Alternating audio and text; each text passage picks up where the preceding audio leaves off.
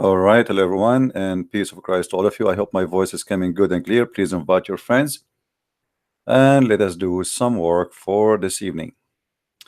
I hope you guys are watching the previous videos, which because I'm making too many maybe, and I noticed that you guys are missing the previous one. So please don't forget to watch the one before this one and the one before this one, etc. Today we are going to answer Abdul. And so this Abdul supposedly is trying to be smart, as they say in English, smart ass. This Abdul, he said to me here, his name is Mukhtar bin Shura. Arabic Bible, Genesis. في البدء خلق الله السماوات والأرض. And here he's putting you for you the equivalent in the Latin letters what is written in Arabic. في البدء خلق الله for you السماوات والأرض. Your name, your book name is the deception of Allah. So he's asking me how you call your book name the deception of Allah, but in the Arabic translation for the Bible it says the word Allah. I mean, when I say a Muslim is stupid by nature, I'm not insulting my friend. This is a stupid translation. If the translator he chose to replace the word God,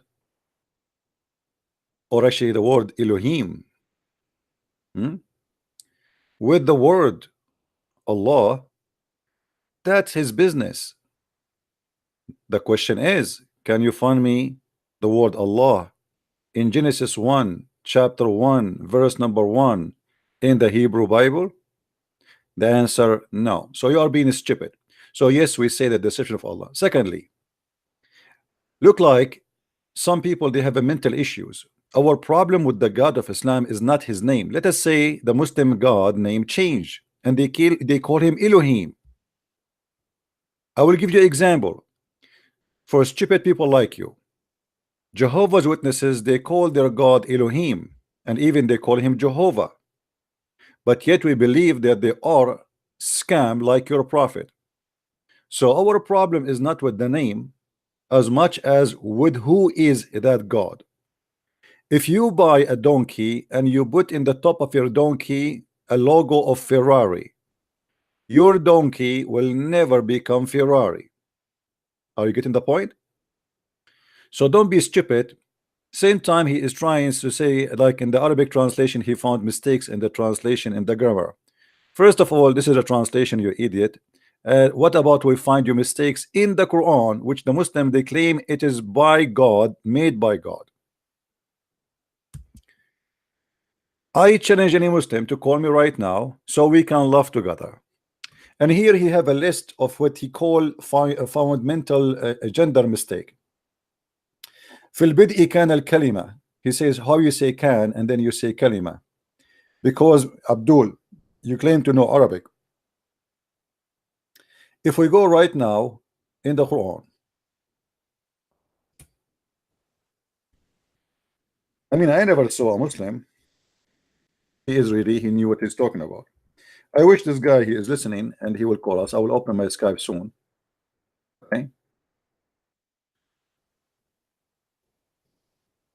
I want any Muslim to call me as long we will talk about the Arabic Quran, so we can, you know, we can get them busted.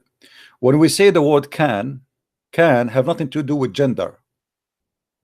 Can, it can be for a group, can be for one, it can be for a singular, it can be, it's about was or it be. So when somebody like you try to say something, you know, at least go study some language before you open your mouth. As you see, the word can have nothing to do with gender. It is not about male, it's not about female, it is not about anything. In Arabic, when we want to make it specific, we say cannot. But here, because God is not, or the name of God, or let's say the word God in the Hebrew is not a female word, and this is a translation, so they have to make it equivalent to the Hebrew translation or the Hebrew word. This is how ignorant you are. This is different language, and this is different writing, and they are trying, because the translation is about matching the meaning, not matching the exact language. Otherwise, you would never be able to do so. Same time, just to show you how ignorant this person is. Here he said, if we go down, because he keep posting, the most advanced Arabic on earth, Quranic Arabic, called Fusha. First of all, the Quran is not Fusha, because Fusha mean fasih, and fasih mean clear. Your Quran is not Fusha, your Quran is Fus'a. It is the most stupid book. And let me get you busted from your book. If we go in the Quran, you will see the Quran itself, who says that this Quran is so clear. Let us show you the verses for where it says so clear. Fusha. In chapter 6, verse number 97, it says, وَقَدْ فَصَّلْنَا الْآيَاتِ. We made the ayat in great details so the people, so they can learn. If we go, chapter 6, verse number 98, chapter 6, 126, and this is clear that the one who is talking about Fusha cannot be a person who speak with a clear language, because why you are repeating the same thing over and over if it is clear? Secondly, the Quran claim that the Quran is made by pure Arabic. Let us look together. Chapter 16, verse 103, it says, and the one they are reading is not a pure Arabic, but the one we are reading is a pure tongue. Let us see if this is true or not. Let me zoom in so we can read better. Hold on.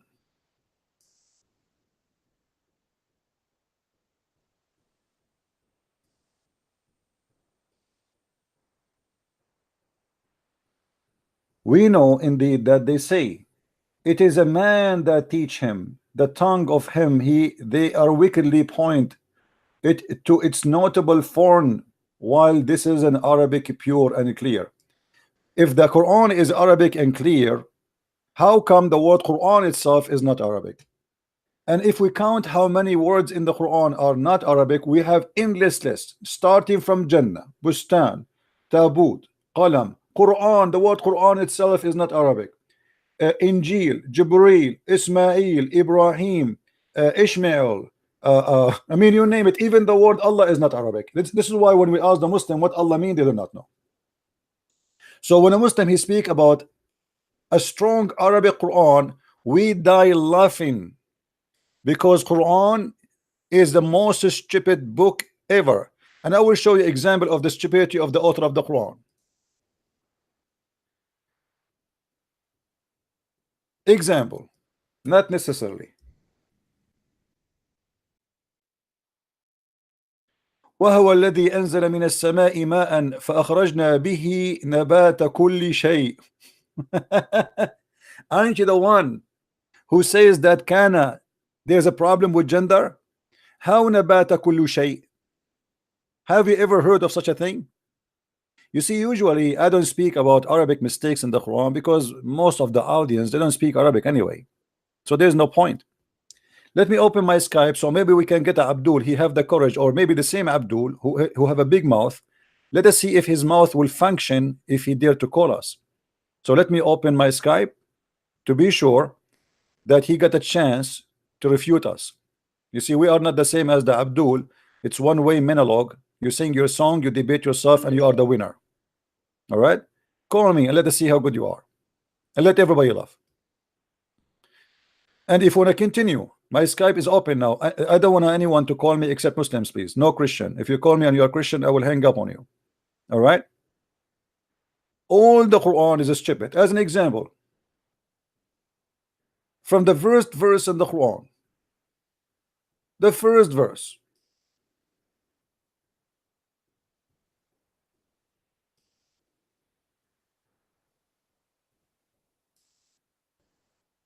Here we go.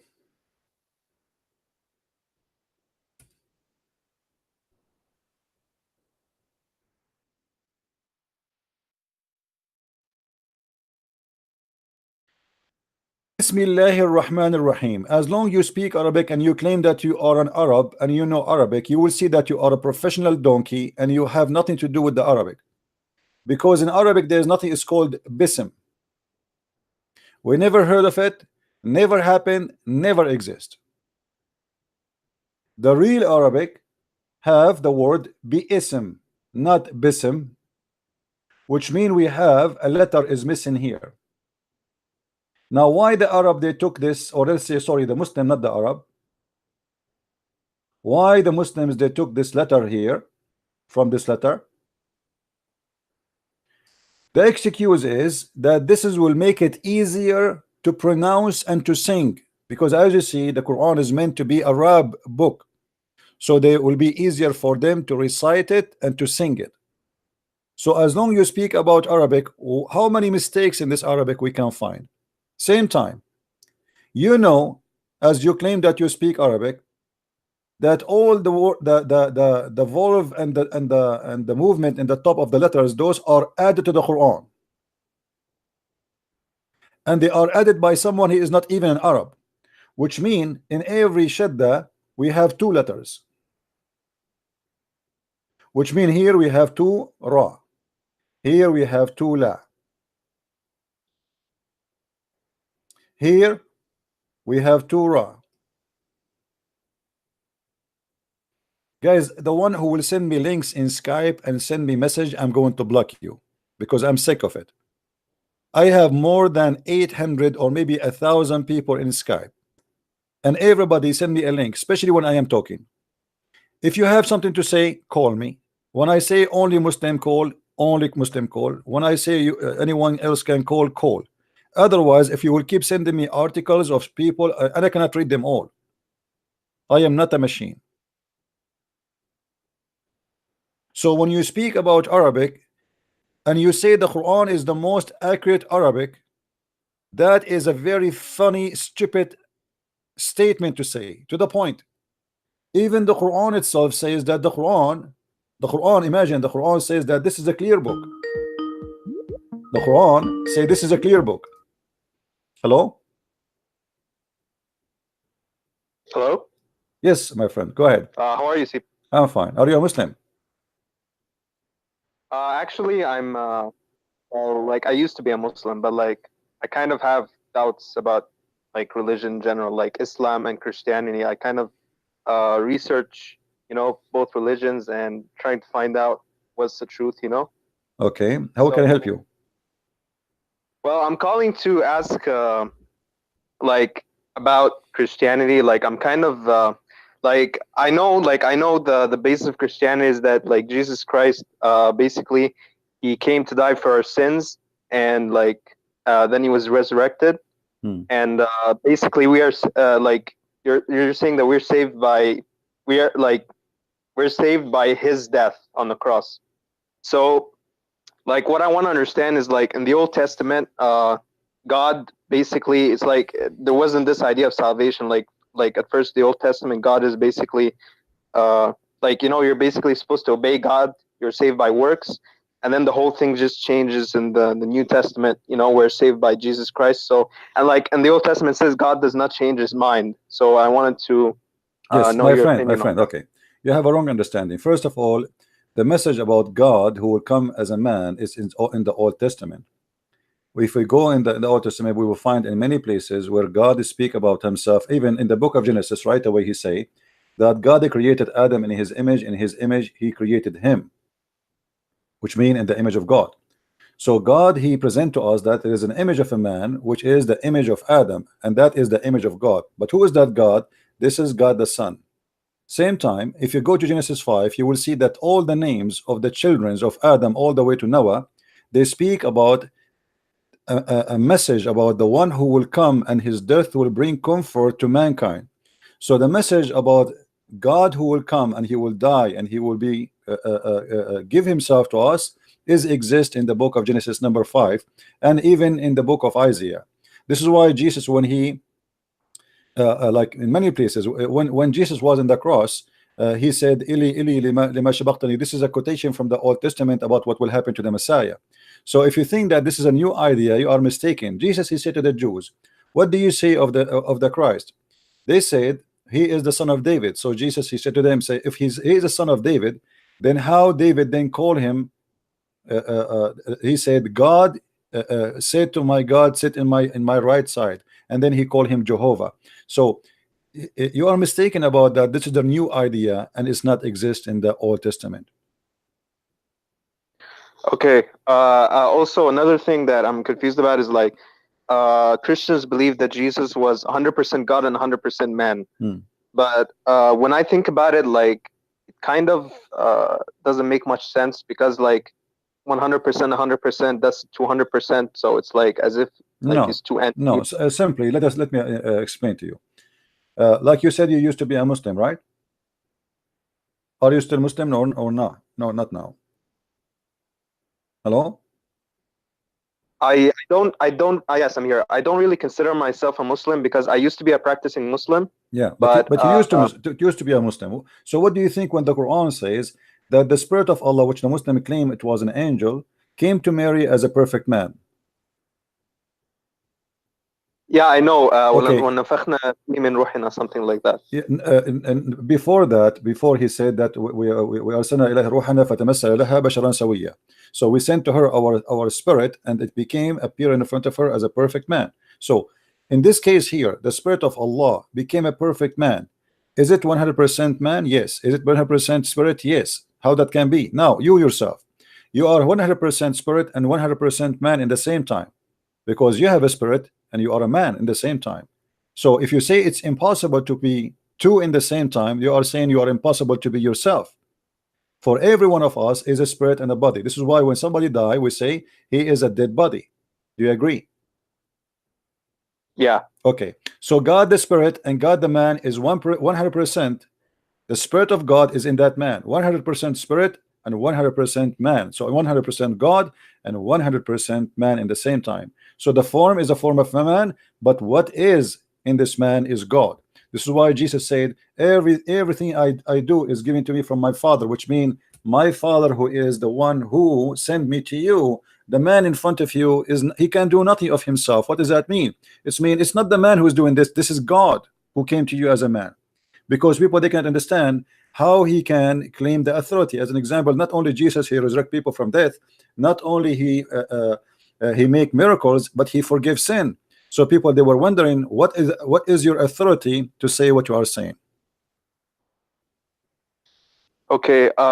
So you're saying there's also a lot of situations in the Bible where Jesus, like for example, when he sees the fig tree from far, and then he comes close to it, even though like it wasn't a season of figs, and then he curses.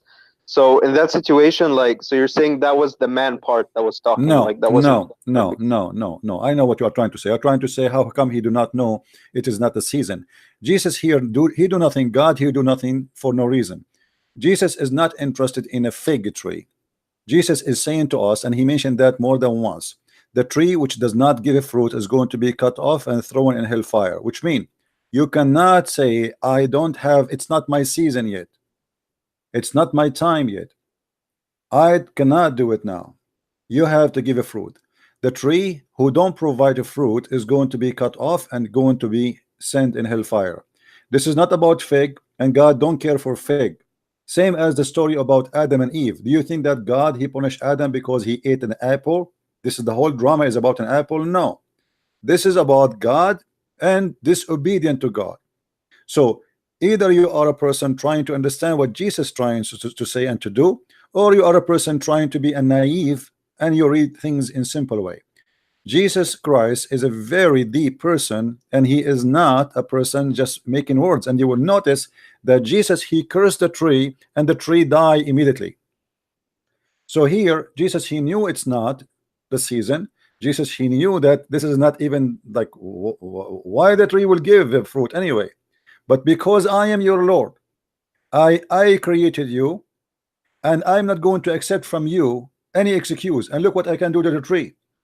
Here we go, a tree who don't have a season yet, but yet this is not an excuse for me, because you as a human, you have to give your fruit. Jesus, he said, from their fruits you shall know them, not from their names. So if you are a person who say God, God, this is why he said, not everyone says to me, God, God will enter the kingdom of my Father, but the one who do his will, which means the one who give his fruits. There's a person, Abdul, he sent to me a message in Facebook. He said that Jesus said, not everyone says to me, God, God will enter heaven. And he is claiming that this is mean Jesus saying he is not God. The fact is the opposite, because what he said, not everyone says to me, God, God, which means many who says to me, God, God will enter heaven. And the Muslim, they say, show me one verse in the Bible saying that Jesus said, I'm God. Not everyone does not mean nobody. Not everyone is the exception. The exception is there is some people who will say to me, God, God, but yet they don't deserve to go to heaven. And this is a clear proof that Jesus is saying clearly that he is God and worship me. Anything else, my friend? Hello? Well, no, like the thing. Yes, I'm here. I'm here. Like what I'm saying is that I've seen like a lot of Christians, like when someone brings up, like for example, you know, the fig thing, and about Jesus being given authority, and about Jesus saying he does not know when the last day will come. So they say when Jesus says these things, it's the man in him talking. No, and then no, when no. You see, first of all, there is nowhere in the Bible it says that God, Jesus do not know the judgment day. What Jesus said to you, not even the son of the man he knew. If you go there and you read the rest of the chapter, you will see Jesus saying, when this happened and this happened and this happened and this happened and this happened and this happened, and then I will come. And not only that, he said that my Father, he gave me the power of judgment of all the earth, and what is in heaven, he is the judge for all everything. So Jesus Christ is the one who will accomplish everything. What Jesus is saying, because in Christianity we have different idea of what is the judgment day is. Jesus was explaining to you that when those things happen, judgment day would happen, which means when you became so corrupt, the same as what happened in Sodom and Gomorrah. If there's only 10 righteous, God will not destroy it, which means the destruction of the city was not because God will destroy it. God is waiting for us to corrupt the city, period, and then the city will be destroyed.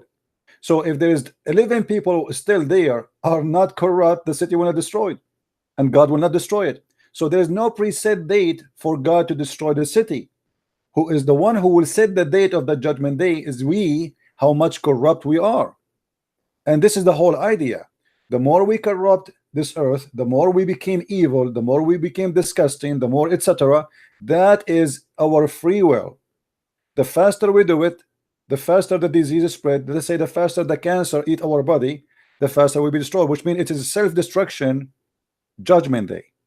So when you self-destruct yourself, I will come. Okay. I also have another question about the verse where Jesus says that he was given authority over all men, over all flesh. So like obviously Christian belief is that Jesus he was already God, like he existed since like before the incarnation, he always existed, and then he entered into creation as a perfect man. So when he says that he was given all authority, doesn't that sound wrong because he already had authority? No, and then like you see, you are not listening. You are not listening. I just said to you that people, they are looking at a man and they are wondering where he got the authority from. When I say to you your sin is forgiven, shouldn't I ask myself, who is this person? Who is a man? I see a man in front of me, and who is the one who's talking here? That's all. This is why when Jesus, you know, he said to them, Abraham, he saw my day. The Jews, they said to him, well, how Abraham he saw you there and you are not even 50 years old? He said to them, well, the truth I say to you that he witnessed my day. That truly I say to you, he confirmed to them again that he saw my day and he witnessed me. So when Jesus speak, he tried to explain to you that the man in front of you is not the one who is holding the authority because of the flesh. It is God in that man. This is why when his apostle, they say to him, why you don't show us the Father? And that's it. Okay, show us the Father. So Jesus said, I am with you all this time and you do not know me. The one who saw me, he saw the Father, for I am and the Father is one. How more clear we can make it? So even his apostles, they are wondering in certain point how he is a man, but yet he is a God, or he is the God. So show us the Father, and that's it. And then he gave them the answer that you are with me all this time, but that you do not know me. The one who saw me, he saw the Father, for I am in the Father and the Father is me, and we are one. So my friend, here you get a wrong idea, and maybe you get the wrong explanation from some Christians who they are. You see, there is people who they don't have deep thinking, and they don't go and dig deeply, and don't have a right understanding. So let us say there's some Christians, maybe Christian by name, or Christians with not a deep study. Okay, but like I still don't understand, what does Jesus mean when he says he was given authority by the Father? I just told you. I don't know. You're not listening. I just told you. Jesus is speaking. No, you're not listening. I just told you that Jesus is telling them that the man in front of you, he is not speaking of himself. It's not the man who's speaking. This is God. This is why the Bible says that in the beginning it was the Word, and the Word was with God, and the Word is the God. And then the Word became a flesh, not the flesh became God. So we don't believe that the man became God. We believe God became a man. So people, they see a man, and now they are wondering, he is man or he's God? He's speaking as God, but yet he's a man. So he's saying to them, what do you see? What I have, the power I have, is what is given to me. The man, he can do nothing of himself, of his own. There's no man can resurrect people from death. There's no man he can make a blind see. There's no man he can heal people just by touching his clothes. There's no man can control nature. There's no man can do that, or no man can forgive sin. So people, they were wondering, he is a man, but yet he can do what God does. How that can be? So he is explaining to them that it is not the man, it is God in the man in front of you who is doing this. This is why we believe in the incarnation of God. God came to us as a man. It's not a man came to us as God. Okay, I think I understand your point. So to reiterate, you're saying that Jesus, as the perfect man, he was given authority from God, as in like the no. You see, I'm running my windshield now. I don't know what's wrong with you, my friend. With my respect to you, it's not. I mean, Jesus as a perfect man was given authority. God became a man. God became a man. Listen, listen. God became a man. So when we say Jesus explained to them that I am the man in front of you, and understand me, please. The God in front of you, which you see as a man, he as a man, he can do nothing of himself. So we don't worship the flesh of Jesus. God is not a man. We are not worshiping a man. We are worshiping God who came to us in the form of a man. This is why when a Muslim, he says to us, where was the Trinity before Jesus was born? That is a stupid question, because Jesus said before Abraham, I am the Alpha, I am the Omega, I am the beginning, I am the end. So his existence, he have nothing to do with his birth as a man. Are you getting my point? So if God came to me, like, you know, when Muhammad, he claimed that Jibril came to him as a man, does that mean that this is the moment that Jibril, he became a man, and before that Jibril was not exist? No, Jibril supposed he was exist. When Jibril, he do a miracle, let's say he's an angel. So when he do something powerful, is that the man doing the miracle, or the angel which is in that man doing the miracle? What do you think? The angel and the man. That's it. So God in that man is doing the miracle, but because people, they are, you know, they see something amazing in front of them, nobody can explain, but yet what they see is in front of them is a man. So he's explained to them that I am, yes, I am a man, but God in me is the one doing what he is doing. I am the word of God.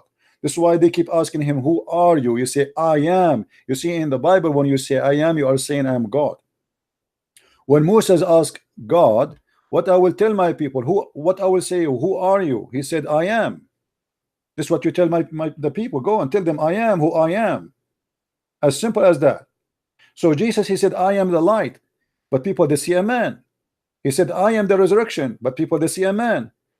He said, I am the beginning, I am the end, but people, they see a man. So people, they want to understand what he's trying to do and what he's trying to say. And he explained himself by parables always. This is why you see Jesus always teaching them about what is given to them and what is going to be taken from them. What God gave them, what God will take from them if they don't do what is right. So all the teaching of Jesus is about, I am coming to you as a man in the form of a man, and I will do everything I can to help you, but I will not help you, which means I will not do your work at the end of the day. I will do my part. And if you reach out to me, that's why he said, knock at my door and I will open for you.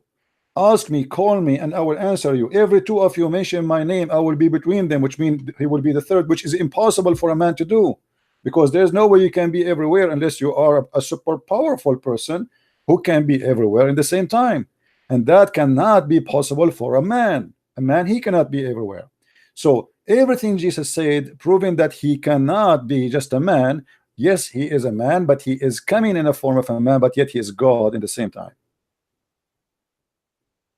Well, that's not really a good explanation, but I'm gonna research on that later. My, I have also another. my friend, no, also- no, hold on. When you say this is not a good explanation, why? Explain to me. Don't hit me Because- and say I did not.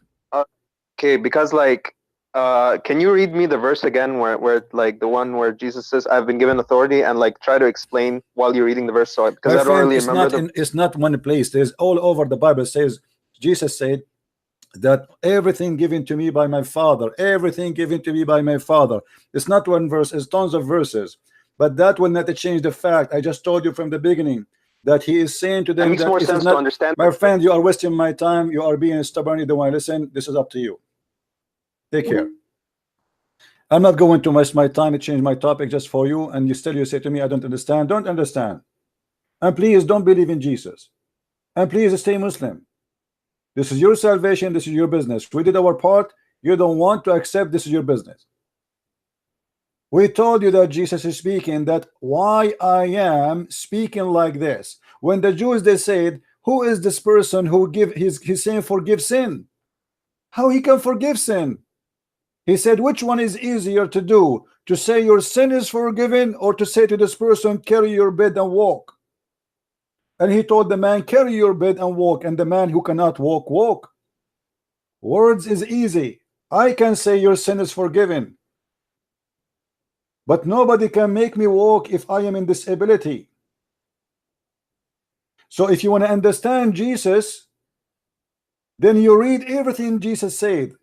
When Jesus said everything is given to me, but in the same time saying to you, the one who saw me, he saw the Father. Either you are stupid or you decide to be stupid. He just told you, when you see him, you see God. No call from a Christian, please. No call from Christians. I let him speak because he is not a Christian. As simple as that.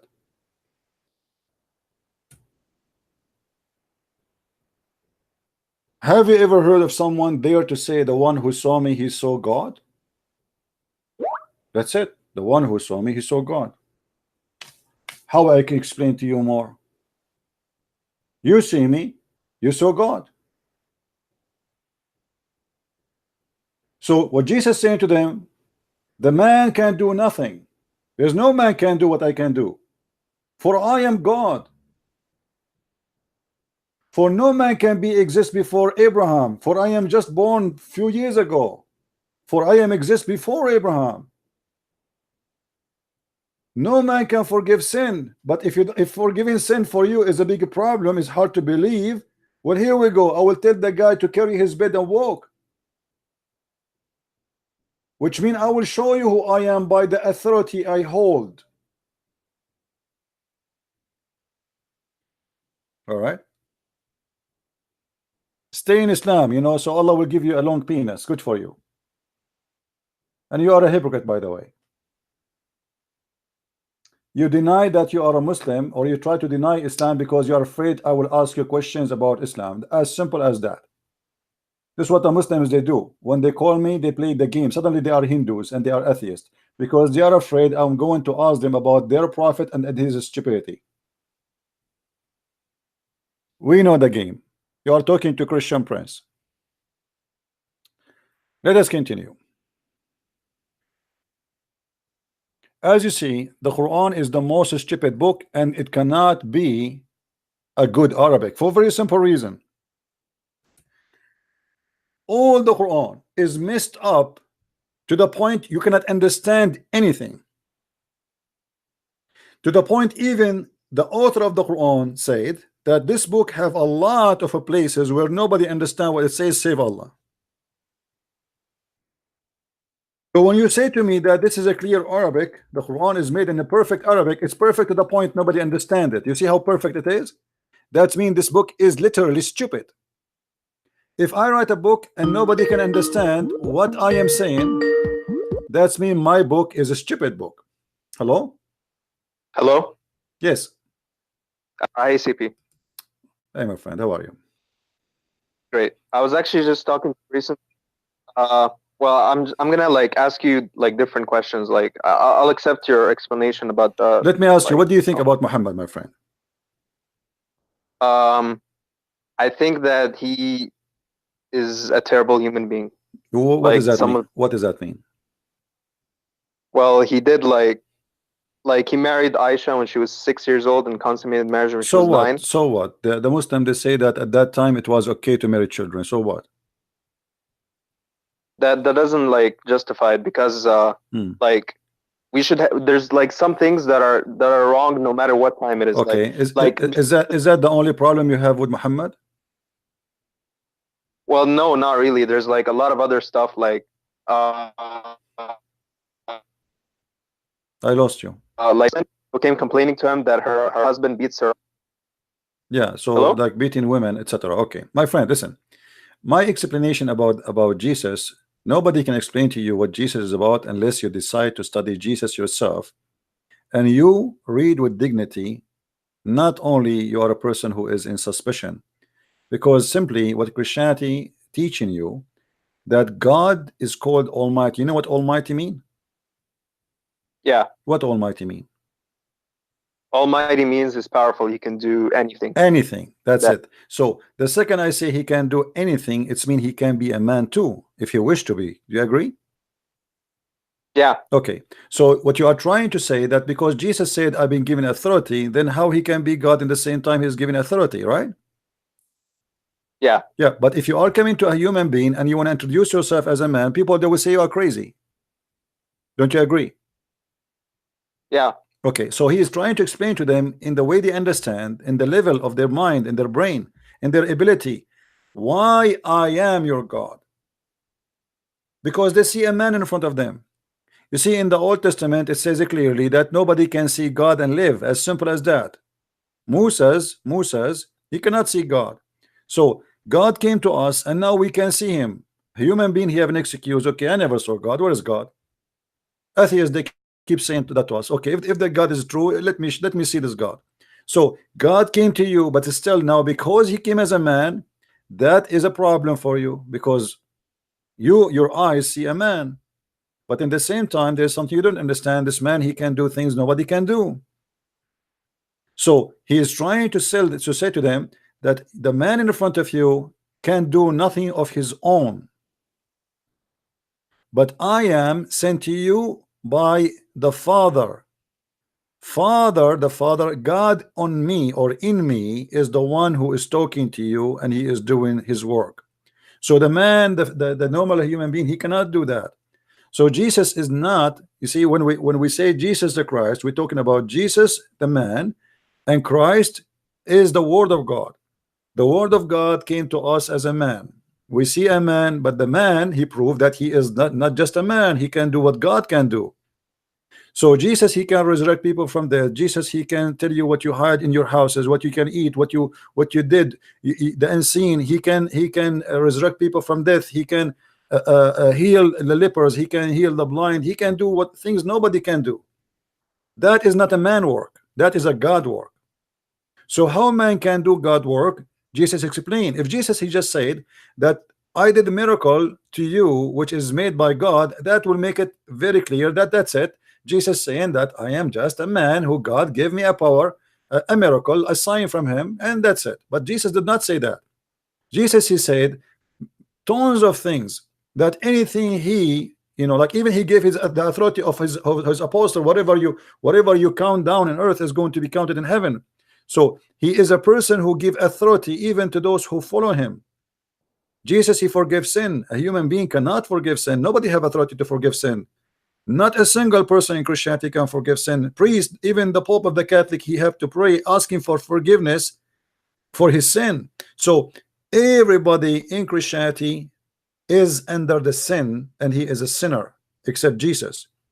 He is the only one who can forgive sin, for his God.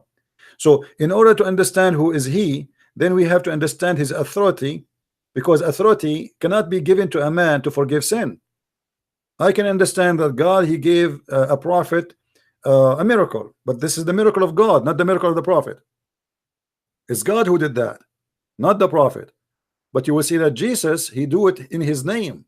Even people, they do miracles in his name. The whole Bible speak about miracles in the name of Jesus.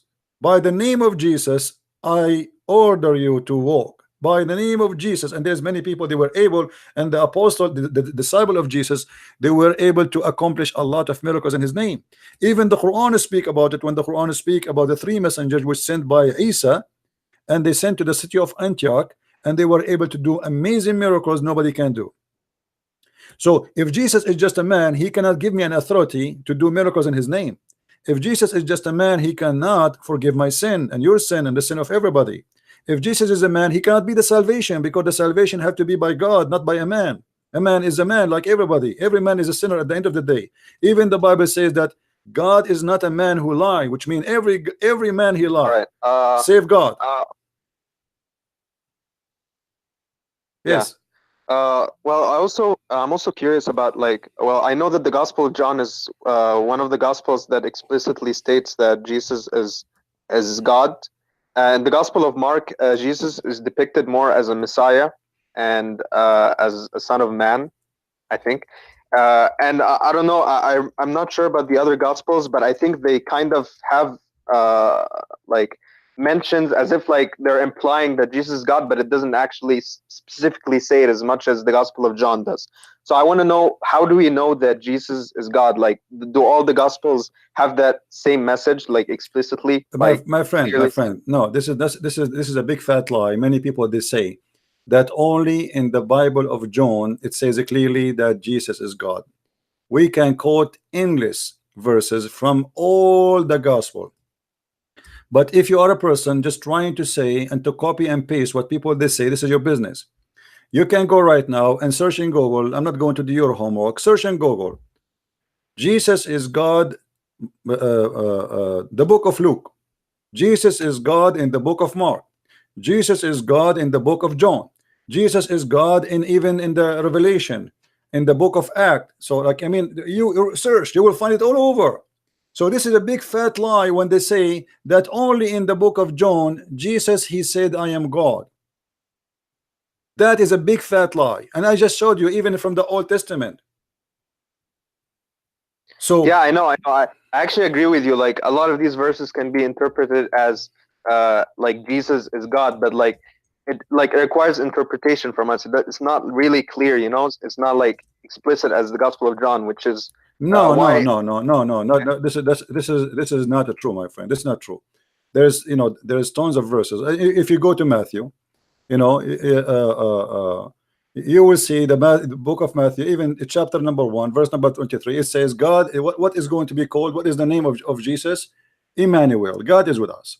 So, we don't want to like play a game. Mostly what people do, they copy what other people they say. They are not really do search, and they are not doing any study. It's just somebody say that you find Jesus is God in the book of John, when every book, we can go all over. I see a Muslim is trying to call me, so I want you to excuse me. I want to take the Muslim because this is our topic, and if you have a question later, you can call me back. All right? Okay. All right, thank you. Let us see this Muslim who is trying to call. Look like he's a sheikh with long beard.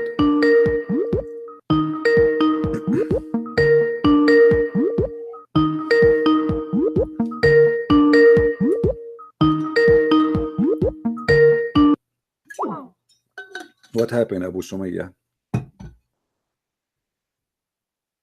I could not take his call. I'm calling him back.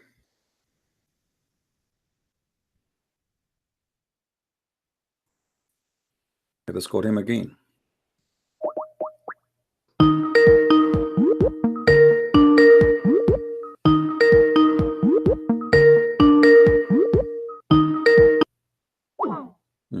He's not answering now.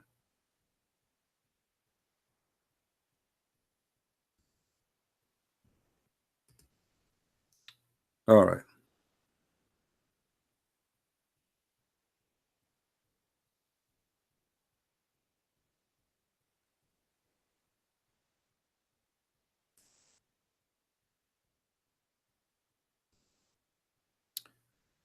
Call me back, Abu Samia.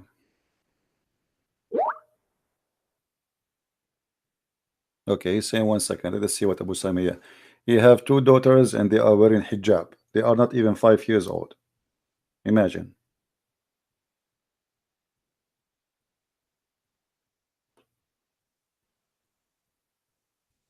Let us go back to the topic until this Muslim he called. In chapter 3 verse number 7, the Quran says that there's a huge part of the Quran nobody knows what the Quran does say or mean save Allah. And those who they are grounded in knowledge, they say we believe, which mean if you are a person, the Quran consider you grounded with knowledge is not the one who understand the Quran, is the one who say we believe, not we understand. So when you say to me that Arabic Quran is the most accurate Arabic, that is the most funny, stupid statement ever. Because the Quran itself confirmed that it is not clear Arabic, it is gibberish. And here if we ask you why God want to send Quran which nobody understand save Allah, aren't you getting it that this is very stupid? But I will tell you why. Because Muhammad is a thief. He do not know what he's talking about. It's like stealing from the book of somebody and then you put it in your book and then somebody asks you where you got this information from. What does that mean? Explain to us. You have no idea what to say because you are a thief. So nobody knows what it does mean save Allah. Save Allah. Well, nice to meet you.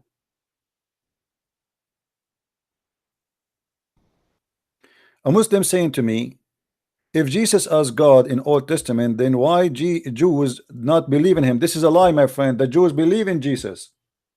Who is the stupid? He said to you that Jews don't believe in Jesus. Actually, more than 90% of the Jews already they are Christian. What is left is 10% or even less. This is why after 2,000 years of Christ, there is not even 17 million Jews. What happened to the Jews? Isn't it all the disciples of Jesus they were Jews? This is a big fat lie when people they say the Jews don't believe in Jesus. We as a Christian, me as an Arab, I learned about Jesus from the Jews.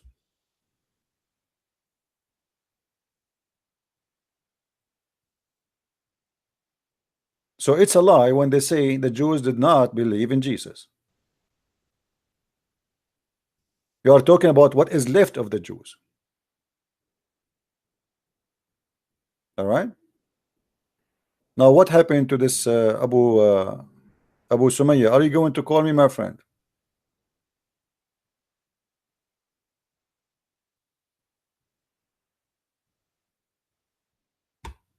Abu Sumayya, are you going to call me?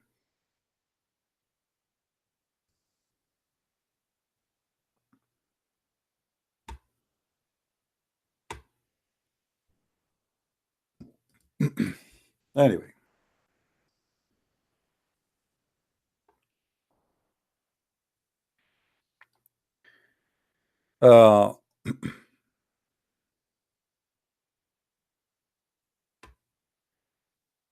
When somebody tried, you see, you notice here how amazing the Messiah is. We are debating about Jesus if he is God or not.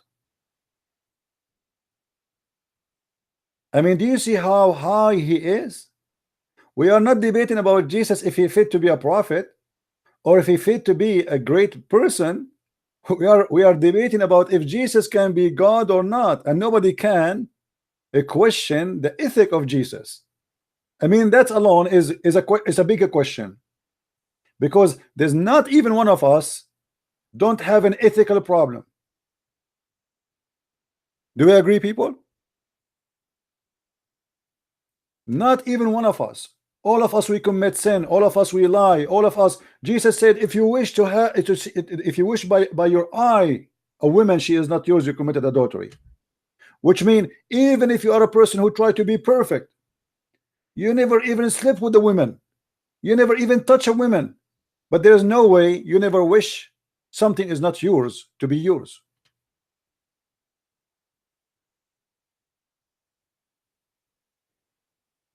We are not debating about Jesus if he is good or not, and that alone is enough that God is good, so is Jesus.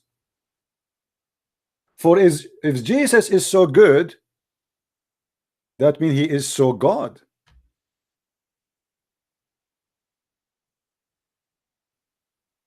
Do you understand me, people?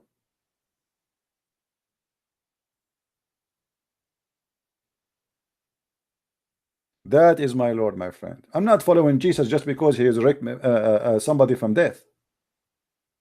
I'm not following Jesus because he have a great speeches, or let us say he's a wise person. I'm following him because he's an amazing person. Yes. Hello? Yes. It's me again. All right. I feel like, am I bothering you by calling too much? I feel like maybe I should just No, let but you. I'm trying to get this guy who tried to call me before you. His name Abu Sumaya, and I don't know what happened to him. But anyway, if he called, I will hang up on you immediately. Go ahead. What do you want to say? Okay. So I was like, I wanted to ask you something else about Jesus. Jesus, I think he said, a divorce, like if a man divorces his wife, it is as if he's forcing her to commit adultery, and the divorce is only permissible if, like the wife committed sexual immorality, like if she committed adultery. No, adultery. First of all, adultery is not sexual immorality. Continue. I will explain to you. What is your question? Okay, so I was wondering, if like a couple, like a guy is abusing his wife, like obviously in that case it should be permissible to have a divorce, but according to Jesus, it's impermissible. So it's kind of like my weird. friend. Like if he was No. You see, the Bible speak about adultery, but people like you and many, with my respect to you, I'm not trying to put you down. There's many people do not know what the word adultery in the Bible mean. Adultery is any sin you do against God. If you abuse your authority as a husband, you are doing sin against God. The Bible says that the earth commits sin, commit adultery. The earth commit adultery. Have you ever heard of an earth having sex? This is not about sex. Adultery in the Bible is any great sin against God. So if you disobey the orders of God toward your wife, if the wife disobey the order of God toward the husband, that is adultery. As an example, if I leave the house of my wife and I don't come back, that is adultery. If my wife she leave my house, that is adultery. Not necessarily she's sleeping with somebody. Let us say she moved to different apartment and she live in different place and she don't want to come back. That is adultery, because when you get married, you take an oath in the front of the Lord that you both became one, and one mean that Jesus said that the man he gave himself to his wife as Jesus Christ he gave himself to the church. So you bring a woman to your house and you start beating the hell of her, that's mean you are committing adultery and you are a bad person and you are no Christian. Okay, that makes sense. Okay. I also wanted to ask you, like, you obviously, like, you agree that Muhammad did a lot of bad things, right? Like, the whole sex slaves thing and marrying Aisha and condoning beating wives and what's it called, the Banu Qurayza slaughter. Those are all bad things. But like, you can't deny that there are also things in the Old Testament that might seem violent, like when Yahweh says, commands, I think, King Solomon or something to kill the Amalekites and like kill their children and the women and the donkeys and the cattle and the camels and stuff like that. Like when you read it, you feel like that's a bit wrong. But like I usually see Christians explaining it like saying that God was speaking metaphorically, because obviously the Amalekites came back later, so obviously they didn't kill them all. Yeah, not necessarily. Not necessarily. Listen. Let us say it's not metaphorically. Let us say it is literally. Even that is acceptable for a very simple reason. The Bible says the one who lived by the sword, he died by the sword. I'm talking about the Old Testament and even the New Testament. The Old Testament teach the Jews to live by the law of Moses, which an eye for an eye. So people who attack me and kill me and rape my women and kill my children and kill my animals, the Jews themselves, they've been taken as slaves twice, the whole nation. So we are talking about time of thousands of years ago, and you are trying to see things in your eyes today. We are talking about a time where everybody enslave everybody, everybody kill everybody, everybody rape everybody, and you are trying to survive. So in order to survive with evil neighbors, you have to fight their evil by all measure you can. As an example, when you are a person who have a neighbor he is willing to burn your house any second, any moment, and you know he did it before and he will do it again. So what you will do? Either you say, I am a nice person, I will never do that to him, and then he come and he slaughter you, or you say, I'm going to do to him what he did to me, so at least he will know that what he does is going to be punished, and is going to be harsh punished, the same as he punished me before, and let's say the same he treated me before. So in order to see something, my friend, you have to see it in the eyes of people who live at that time.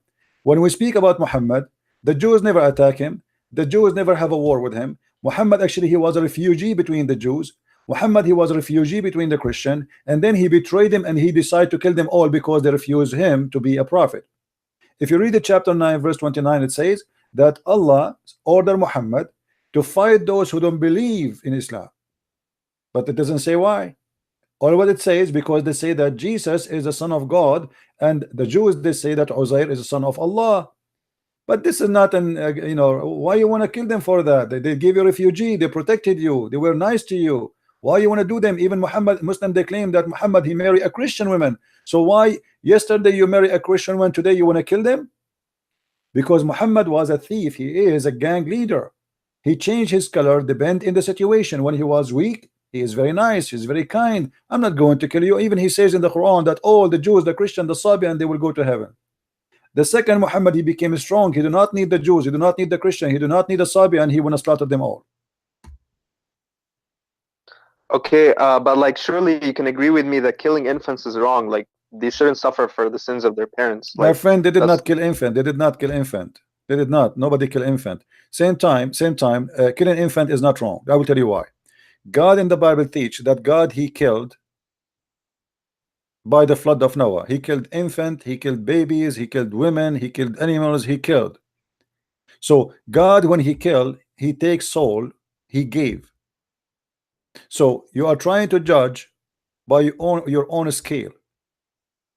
As an example, we are in the year 2018 when an airplane bombed a bunch of terrorists somewhere and they are hiding between houses. How come today you accept that there is babies and there is women, they are going to get killed? It's a must. They are hiding between women and children. Still nobody mind. Nobody mind. All countries in the world, they use bombs, and bombs are not really smart weapon, because you don't see what you are hitting. Whoever inside that truck is going to die. Whoever inside that airplane is going to die. Who is inside that house is going to die. It doesn't matter if it's an infant, if it's child, if it's an old. So you see the morality of people are let us say is about, we pick our morality when we want and we forget about it when we want. Yeah, but like they didn't have bombs back then, right? So my friend, no problem. They don't have bombs, but you still, I'm showing to you that you claim that you have different morality or better morality in 2018, but still you do the same.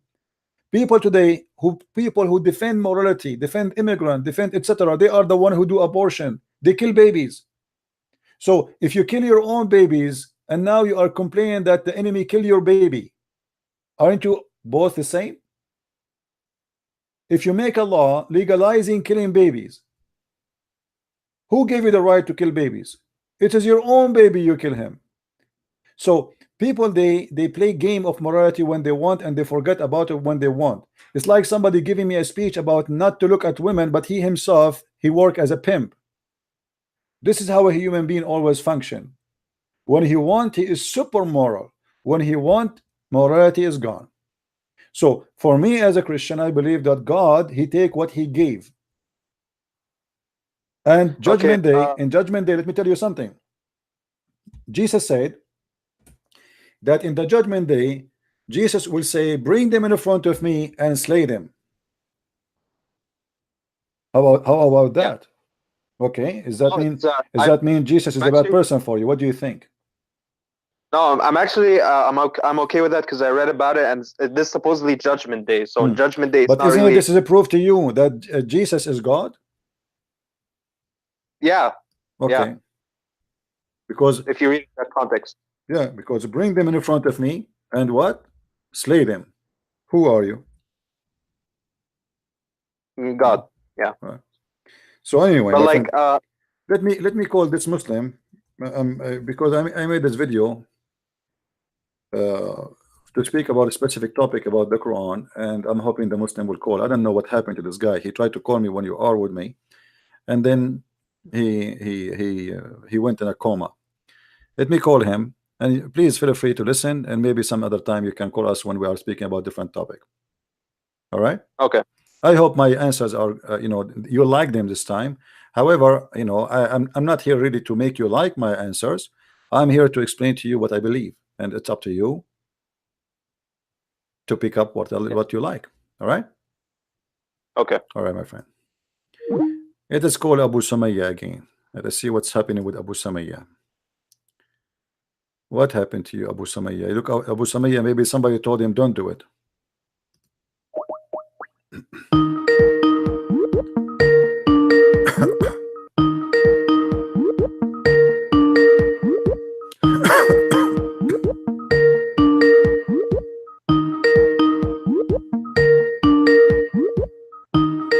He's not answering.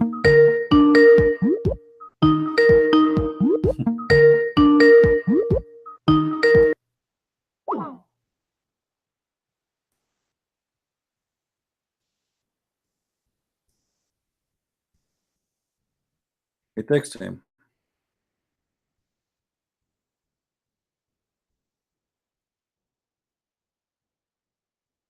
Let us see. When the Muslims they speak about Quran, which is a perfect Arabic, the Quran is the most stupid book ever you can imagine. To the point there's no connection between the verse before and the verse after it. And that is a weakness in the Arabic. Not only how many mistakes in the grammar, how many mistakes in script, how many mistakes, even the God of Islam, he chose the wrong language. To the point Muhammad himself, he said that the people, they are not capable of understanding the Quran unless Allah sent the Quran in 7 letters. 7 letters. Now the Quran is so clear, but yet the Muslims, Muhammad in his time, he's saying, my people, they cannot, and they are not capable of understanding the Quran unless you send it to me in 7 Quran. And yet you claim that the Quran was a clear book and it was written in a great Arabic language. It's a great to the point even Arab, they cannot understand the Quran.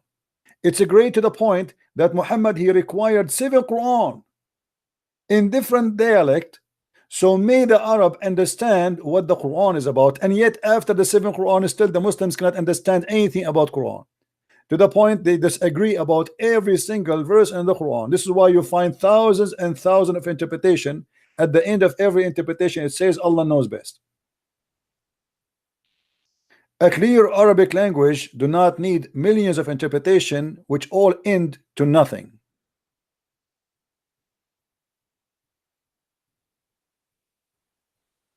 When I give you a clear Arabic, that's mean I gave you a clear understanding.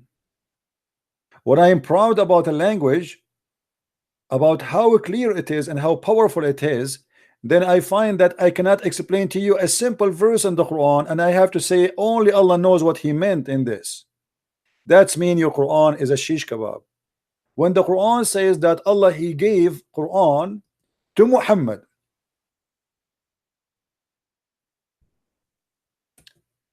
and this Quran is a pure and free from non-Arabic words, and when we find the Quran is full of non-Arabic words.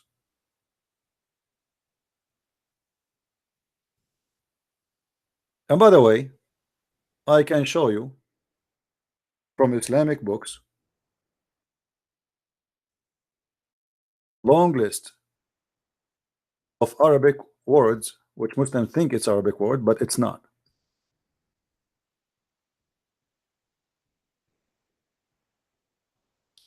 And how Muslims they explain that? They say it doesn't hurt if the Quran use the foreign words. Because simply what Allah would do. Those are the words which for those items. So like today, you go to Egypt, you see someone, he's an Egyptian speaking Arabic, but yet he used the word computer. So well, we have to use the word computer, but this is false, because if this is a pure Arabic, still you have to keep your promise, you have to make it pure.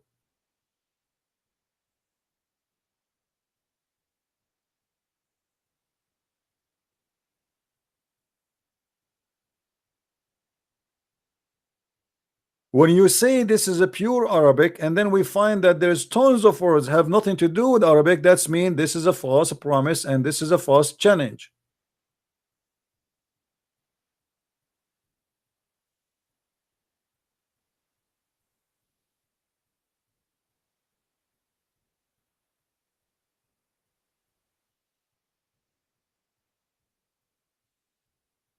If we try to count the words in the Quran which is not Arabic, it's endless, like ara'ik, which mean cushions. What ara'ik? There's nothing in Arabic, it's called ara'ik.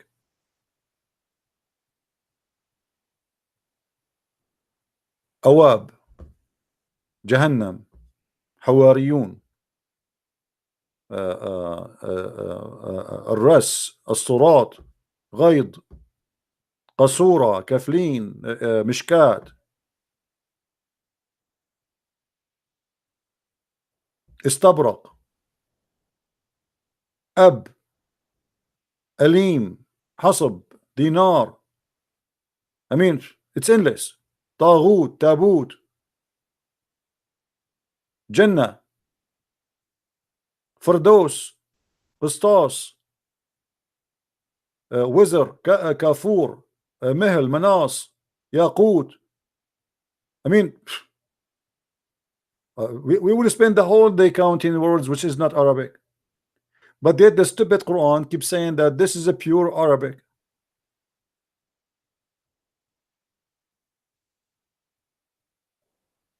And the funny that the Muslims themselves, they agree that the Quran is full of words which is not Arabic.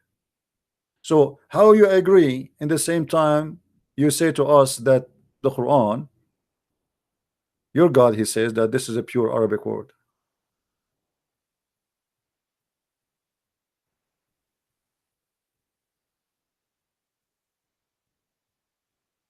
What happened to Abu Sumayya?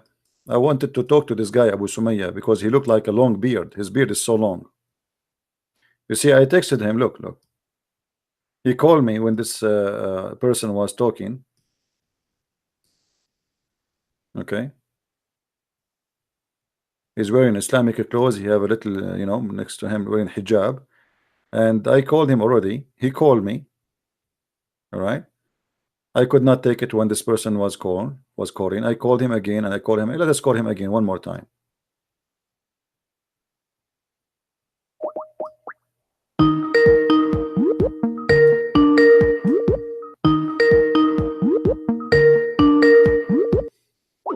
There we go. He flee. Who is a Muslim would like to call us?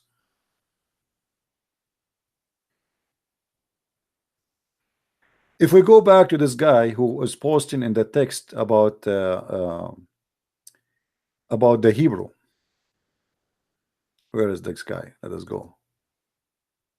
Looks like we miss it. Hold on. Just to show you how people they make stupid claims. They don't even use their brain when they talk. Hello? Hello, this is Christian Prince. Yes, Abu Sumayya, how are you? I'm doing fine. I was going to speak with you tonight, but unfortunately, I had a death in my family, so that's why sorry to hear about that, my friend. So you still doing debates, huh? Well, you know, we want you still debating, huh? we want to save Muslims from the evil of Islam. What do you think? Shouldn't we? Nah, I don't engage in debates no more. I just like it's something that I grew out of. You know what I'm saying? I don't understand what. Yeah, my phone cut out a little bit. I said I don't debate no more. I just something I grew out of and just ain't a part of my life no more. I mean, I spent 10 years on Power Talk debating people, and I don't see really. So you talked to me before, Abu Sumayya. I don't remember you. You did talk to me before. So, you know what I'm saying? You did talk to me before in Pal Talk. Yeah, yeah. You had a room for like 12 years on Pal Talk. You don't remember? Yes, sure, I remember. But I don't remember talking to you. I don't remember who are you anyway. But anyway, so why are you still a Muslim, Abu Sumayya? Why are you still a Muslim? Why you didn't leave Islam yet? Because it's never going to change. I mean, why? I convert to Islam. I'm never going to leave Islam. You will leave Islam. You wanna bet? You wanna bet that you will leave Islam? You will leave Islam. Let me tell you something. You're not dealing with your typical Sunni Muslim. You're not dealing with your Wahhabi, Salafi typical Muslim. Okay? What does that mean? What that means? The Salafi Muslim are the real Muslims. Who's been trained under scholars who's from the Ashara school, who deals with a concept which you might know called Hukm Aqli. I deal with rational proof. Rational. Hold on. But there is nothing rational in Islam, my friend. How you go by rational, but there's nothing rational in Islam? Give an example about something rational in Islam. Go ahead. Arguing about how Islam is false. No. You see, you just said, my friend, you just said something rational in Islam. You said rational, right? Rational. Show me one thing is rational in Islam. Is it rational to give me 80,000 women for sex in heaven and 80,000 slave boy? Is that rational? Is that rational? Emotionally disturbed, my friend. You want to sit up and debate. I'm sure. I'm what? I can't understand. I'm not going to continue the conversation around children. Hold on, I don't understand. Say again. What you said?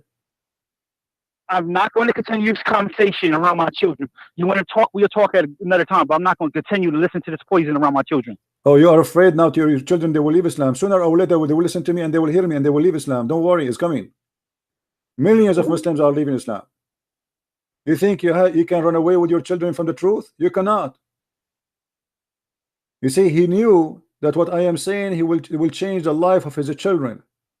When you say to me that I go by what as rational,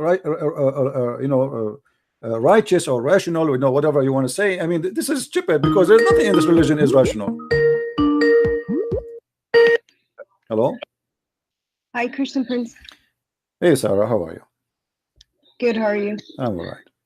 What do you want to say to us? I have one rational thing that okay, you as a Muslim, you have something rational for us. Give it to us. Go ahead. Islam is the only religion that actually unifies all the other faiths under God. That is a big fat lie, my friend. I'll tell you why, right? That's a big fat lie. Show it to me. Here we go. It's a challenge in front of it. I'm not insulting you. I'm just saying whoever told you that, he lied to you. Show me how Islam unifies all religions under one faith. Go ahead. Well, our understanding is that there have been over 184,000 prophets. It's what? What? There's been over 184,000 prophets. 184,000 prophets. So we believe that all these prophets. Okay, what happened to those prophets? What is their names? I'm telling you the idea behind why I believe Islam is the only unifying religion. So you see, you just said something proving Muhammad to be a liar, my friend, because you just said there's 184,000 prophets, and the Quran says in chapter 14, verse number 4, we never send any messenger except in the language and the tongue of his own people. Do you agree with the Quran or not? Of course. Okay. So who is the Muslim messenger to India who speak the tongue of India? There's more than 400 languages in India alone. I don't know his name. I'm just giving you the general idea. So from all the 400 nation languages ethnic group in India, you could not find me one person? Isn't it weird? Even though I don't know the names of the prophets. But this is not the problem. This is not the issue. The issue is that you are taken into consideration as a fact when it is something cannot be proven. I cannot say now that I have a God who sent to every nation. He sent 1 million messenger. Okay, give me a name of them. I cannot. That's mean I'm fabricating a lie.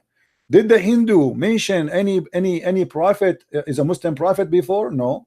Did the Indian from any religion? There's tons of religion in India. Did they mention that? No. What about the Chinese? What about the Japanese? What about all the Asian nation? Where is those messengers? Nobody heard of them. Did your God Allah he send a messenger to the Indian in America and North America or South America? So this is a big fat lie. This is alone is a proof to us that Islam is a false religion. Secondly, when you say that Allah he sent 184,000 messenger, but yet still he cannot make us Muslims. This means he's a big failure. No. He's not Yes. a failure. I'll tell you Listen, why. lady. Listen, lady. When he sent 184,000 messenger, did he send books with them? I don't know. Okay, that's mean that you have a God who have a library, and this library have 184,000 book, but only one book the Muslim claim is left on this library. Your God is the worst librarian ever in history. He could not preserve the 184,000 books, and he lost all of them except one. That is the Quran. How we can trust this God to be God? Imagine you have a guy, you give him a key for a building, and he have inside this building 184,000 book, and then we come back after many years, and then we open the building, and we find that in this building there's only one book in the shelf. How funny this guardian for the book is. He will spend the rest of his life in jail, and nobody will believe that he lost them. People will believe that he is corrupt and he sold them in the black market. Don't you agree? No. What do you mean no? Where is the 184,000 prophet books? What happened to them? All of them, they're gone. Well, you know, some Jamaicans, they also had a prophet. Oh, the Jamaican, they have a prophet. Okay. What his name? His name was Muhammad? No. They had their religion is called Rastafarian, right? Yeah, Rapso. Yeah, okay. What does this have to do with Muhammad, with Allah? You see, you are mixing things up. The Jamaican, they believe in voodoo and many crazy stuff. Don't go there. Listen, lady. Is it true that Aisha, she said that your Quran was eaten by a goat? Yeah, I didn't really study hadiths. I study the Quran alone. Okay. I mean, I'm not like as smart as you when it comes to hadith and stuff. So did the Quran, was the Quran a victim of a goat? And the goat ate the Quran? Okay. Why Allah, he is God, yet he could not stop a goat from eating the book of God? I mean, this is not an army, this is not CIA, this is not a KGB, it's just a poor goat. How the goat ate the book of Allah? Well, humans have a part to play too. It's not just God is going to do everything for us. We have to put our... No, but this is not true, because the Quran says that Allah is going to preserve the Quran.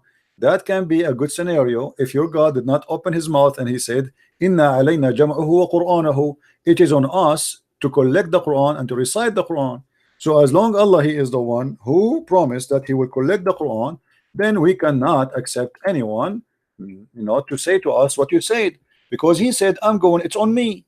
It is on me. Who? Allah. Inna alayna jam'uhu wa Qur'anahu, chapter 75, verse number 17. So you cannot say to me, we have a duty as a human to protect the Quran, because Allah, he confirmed that this is his duty. No, I'm saying from the goat and like from kids or from something that, if we have a Quran, we put it on the shelf. I don't know how it got how you can preserve the Quran if the goat ate it already? Can you recite for me the verses which the goat ate? You cannot. That's it. It's in the belly of the goat now. And until now we could not find this goat. It's missing. If you go to the FBI website, you will see in the front page it says the big name wanted. If you go, this is in America, if you go to Saudi Arabia, until now you will see that goat picture is there, because until now it's missing, and we need to find desperately those verses. Wait, so did you know that the way it's preserved is through memorization? My friend, what preserved? Can you recite for me the verses which was in which the goat ate? Can you? Here we go. I'm listening to you. You preserve it by memorization. Tell me the verses which the goat ate. Just as an example. No. Okay, so what are you saying? That the goat ate a part and now it's not there? Yes, it's not there. It's not there. It says that there is the verses of 10 times breastfeeding for adult. Your God, Allah, mashallah, he allow you as a woman, with my respect to you, I'm not trying to insult you, don't take me wrong, but this is what it says, that Allah, he allow you as a woman to give your breast to a strange man, and he will suck it 10 different times, and he is satisfied, and then after that you are lawful for him to be with him, next to him in the same couch. It's not there. Show me the verse. Here we go. I'm gonna see it. Well, we can't Wait. find this verse. That is not what Allah said. Sorry. Where did you get that from? Here we go. It's in front of us. Here we go. Read with me. The verse of stoning and breastfeeding for an adult 10 times was revealed, and the paper was with me under my pillow. When the messenger of Allah died, we were preoccupied with his death, and the time sheep came and ate it. And then that verse, they continue saying here, and that verses were abrogated in recitation, but not in ruling. Okay, so abrogate by recitation by what? By a verse about 5 times, but we cannot find even the 1 5 times. So we cannot find the 5, we cannot find the 10. Yeah, I don't believe that. Well, it's not up to you. This is your history. This is your Aisha saying that. What about your prophet saying let me show you. Are you saying to me that there is no way in Islam that the prophet of Allah, he ordered women to give their nipples to strangers to suck it 10 different times? Are you saying that? Yeah, that's haram. Okay, am I ready? Here we go. Again, please don't think I'm trying to insult you or to be rude to you. So listen to me carefully. Here we go. This is Sahih Muslim, and this is Ibn Majah, and this is Sunan An-Nisa'i. You choose which book you want. It is Sahih Hadith, and the Muslims agree upon it, that a woman, her name is Sahla bint Suhail. She came to the Prophet and she said to him, there's a, my husband is upset from the guy who is coming to my house, and who, he stay with us because he's a slave there, he's a man. So Muhammad, he said, suckle him. She said, how I'm going to suckle him and he's a growing man? Can you see my screen with me? Yeah, I can. Okay, so this is what your prophet said. It's crazy, I know. It's a very confusing, very stupid. I mean, a man. How are you so sure that the prophet said that? I mean, because this is Sahih Muslim. This is not me. This is your scholar saying that. This is Aisha saying that. This is the people of around Muhammad saying that. It's not me. I wasn't there. How do we know that though? How do you know that the Quran says what it says? The Quran is coming to you through the people, to the same people you are receiving the Quran from, is the same people who received the Hadith from. Okay, but if God is telling us, you can't have relations with men outside of marriage, why would this contradict the Quran? Well, this is here according to Muhammad is not a relationship. It is something to do to stop any relationship. Muhammad, he think he's wise. So if a man, he look at you in a dirty way, let us say you are going in the bus, you can go, by the way, if you speak Arabic, you can watch the video. You will see an Egyptian, she was asking a big sheikh from Al-Azhar University that she said to him, are you saying now I work in a studio that I have to give my boobs to all those men who work in the studio? He said yes. She said, what if I go in a bus? He said, you have to give it to all of them. So this is your prophet saying that. This is not you or me or anyone. The dean of the Azhar University for the Hadith department, he made a fatwa that a woman, if she want to stay alone with a strange man, she have to give him her boobs 10 times, 10 different times, not in one time, which means in 10 different times, and he have to suck it until he is satisfied. Yeah, I don't believe that. Sorry. You don't believe because you are ashamed of it. This is the whole point. But as you see, it's in front of you. I'm not the one. This is your Muslim website. This is your Muslim book. This is your Muslim scholar. This is the wife of Muhammad, and this is not a Christian prince. No, because in the Quran it says that the wives of the Prophet should stay home, and that they are unlike other women and they should veil themselves. No, yeah, my friend, the history of Islam report that Aisha, she took an army to fight Ali, and she caused the death of more than 10,000 Muslims. What are you talking about? And Muslim women, they used to be taken for fun with the Muslims during the wartime. This is why your prophet allowed you to do mut'ah. How many days a Muslim man and a Muslim woman they can have fun together before marriage? 0. 0. As I know, it's 3 days and 3 nights. From where? Well, because your prophet, he said, any man and any woman, they like to have sex together. They can have sex for 3 days, and if they like it, they can increase. Here we go. Read with me the screen. Do you see it? Allah Messenger said, if any man and woman agree, and here they say to marry temporarily. By the way, it doesn't say that. This is a fiction between two brackets. It doesn't say anywhere to marry. So if any man or a woman agree to have 3 relationship, it doesn't say marriage. Here we go. Let me show you the Arabic. I don't know if you know Arabic. أيما رجل وامرأة توافقا فعشرة ما بينهما 3 ليال فإن أحبا أن يتزايد أو يتتارك تتارك. So any man, any woman, they like to have relationship together for 3 nights. If they like, they can increase, and if they like, they can Okay, separate. So how are you going to prove to us that these hadiths are actually the sayings of the Prophet? Because I don't Well, really believe it. you need to prove it to me, not me proving it to you, because you are the Muslim. You are the Muslim who believe in this garbage, my friend, not me. This is Sahih Bukhari. I don't believe in anything Muhammad he said. I don't believe, even if he speak in front of me, I believe this man is a big fat liar. So I am showing you your book. This is not my book. This is Sahih al-Bukhari. This is the most authentic book after the Quran. This is number 2.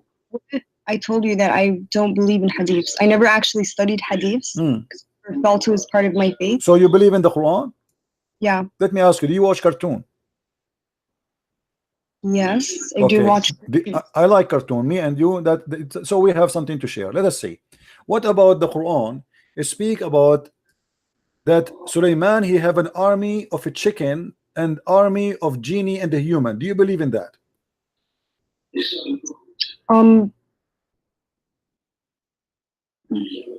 Wait, can you explain that chapter to me? If you go in chapter 27 verse, you can read it. The whole chapter is very funny. I like it. It's my favorite chapter since I was a kid. I used to read it almost every day, just like, especially when we don't have electricity and there's no cartoon on the TV. So chapter 27 verse number 20, here we go. Read. You will see it says the following: your prophet Sulaiman, and supposedly he's a Muslim prophet like your Muhammad is talking about him, Allah is talking about him now, and it says, and before Sulaiman or Solomon were marshaled his host of jinn and men and birds, and they were all kept in order and ranks, like 1 2 1 2, chicken, genie, human army. He have a 3 army, 1 of genie, 1 of men, and 1 of birds. What do you say? This is Quran. Are you going to say to me the Quran is a lie too? You don't believe it? No, I believe there's something, there's a message to be behind the story of Solomon. So now you believe that there's a prophet of God. He have an army of birds and chicken. Well, you know that Allah subhanahu wa ta'ala did say that he doesn't shy away from using I mean, what the point? What I will do with the army of a chicken? And look, do you know the leader of the army of the chicken? Who is he? Do you know who's he? Do you know who's he? His name is Al-Hudhud. Do you know what Al-Hudhud is? No. Okay, here we go. It says here,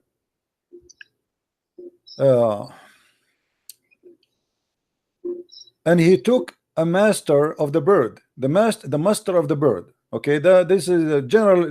Do you? Let me show you. Do you speak Arabic? Yeah. Okay. If we go now and search for what Al-Hudhud means, give me a second to show it to you on the screen. Okay.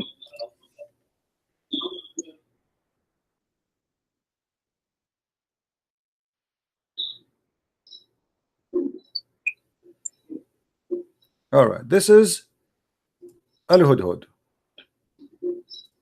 Let us put it in the screen. Small, tiny bird. And obviously Muhammad, he chose him to be the general because he have something in his head. It looked like a rank, huh? I mean, it makes sense. So this is Al-Hudhud. There's many pictures of him. I don't know if you get an idea now. Did you get the idea which one we are talking about? No, I can't see the You can't see the screen? Look at the screen. Yeah, all I see is the clouds. Okay, now I see it. Okay, this is the Hudhud. According to your Quran, this is General Hudhud, who is in charge of the army of the birds. What do you think? Your God is telling us a true story, or this is something for cartoon for kids?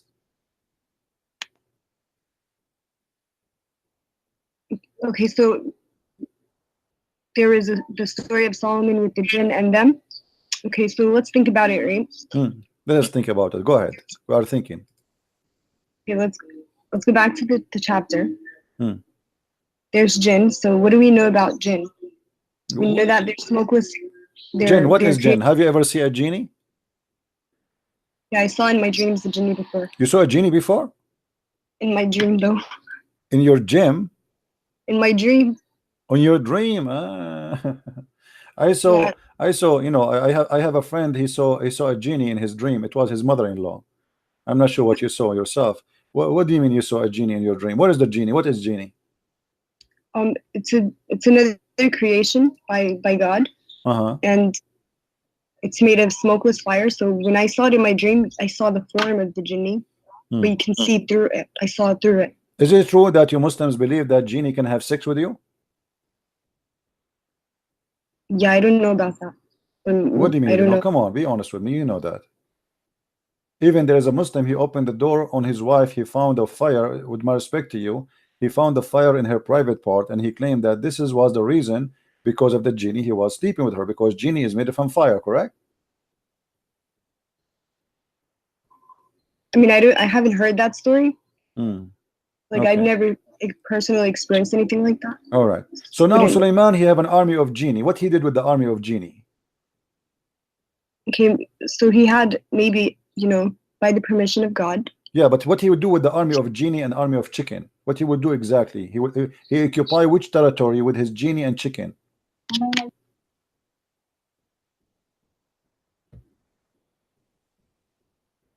Okay, so was he leading a battle in that particular chapter? No, this is a bird. You know, do you see how small this bird?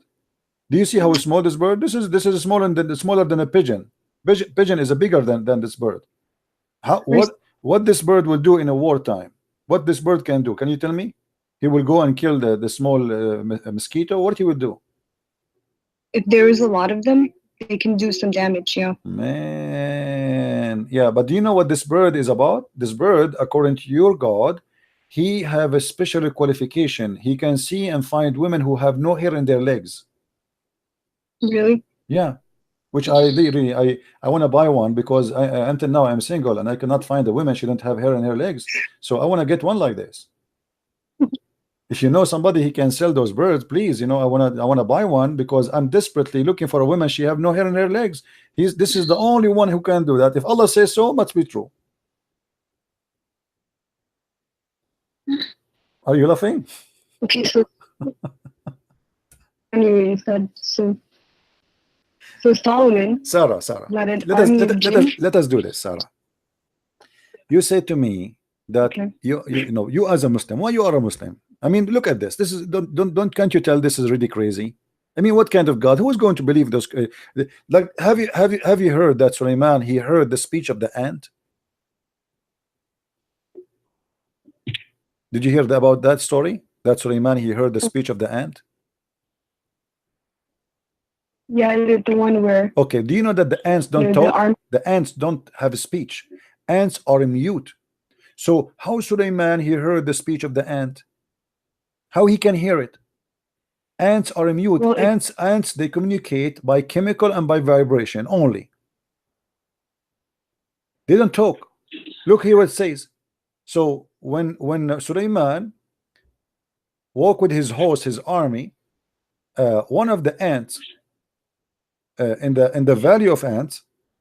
By the way, my house in the Middle East is about like 20 kilometers from the valley of ant. You know, we are neighbors. So when he arrived there, one of the ant, when he arrived to the lowly valley of ants, one of the ants said, "O ye ants, get into your habitation, lest Solomon and his host," which mean the army of chicken and the genie, "crush you under his foot without knowing it." So he smiled, amused at her speech. How Sulaiman how he can hear the speech of the ant if the ant are mute? Well, if God, God had to give him that ability. Do you know how many ants in the valley of ants? How he can hear only one ant? What is the secret behind that? I mean, only one ant spoke. There's like a million ant in there, and there's only one ant. She spoke and she said, "Hide." What about the rest of the ants? What they said? Takbir? But I'm saying that if just like Isa, Jesus, he was given powers by God. So the same thing with Solomon's ability. Okay, why Isa have power by God and his power about resurrecting people from death, making the blind see. But Sulaiman, he have a power of things nobody see. It's just fiction, obviously, like a flying carpet. Flying carpet. Sulaiman have a flying carpet. Flying carpet can carry 600,000 chairs. Do you really believe in flying carpets, Sarah? Be honest with me. You believe in flying carpet? A flying carpet? Yeah. No. You don't believe in flying carpet? What do you mean? I saw it in Alibaba. It's true. Well, I've never seen a carpet flying, so I don't know. I saw it in the cartoon. It's true. As long as it's in the cartoon, must be true. So are you saying to me that you will not believe in a flying carpet if I show it to you now, a cartoon? No. I mean, I'm really surprised. I thought cartoon is the best way to make you believe in something. Well, hold on. You just said that you don't believe in a flying carpet, but this is in the Quran. Yeah, but I'm saying that, you know, Allah did tell us that some of the stories are metaphorical, or, you know, they're no, those are not metaphorical. Those are not metaphorical. This is about a flying carpet, and we can show you what even your prophet said about them. There's nothing metaphorical. You know, Sulaiman ar-rihu asifa tajri bi amrihi, chapter 21, verse number 81. If we go, just to show you, I'm not making things up, I will go to the interpretation to show you what interpretation says. So you will see that Christian Prince, he have nothing to say from his own. Okay, let us go.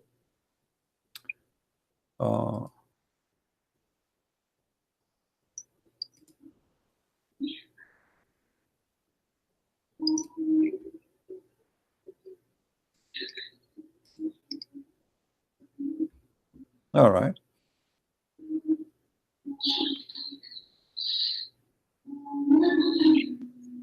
Here we go. And to Sulaiman we subjected the wind strongly. Ragging means we subjected a strong wind to Sulaiman. Tajri bi amri, he running from his command towards the land which he blessed, meaning the land of Asham. Okay, let us see what does that mean.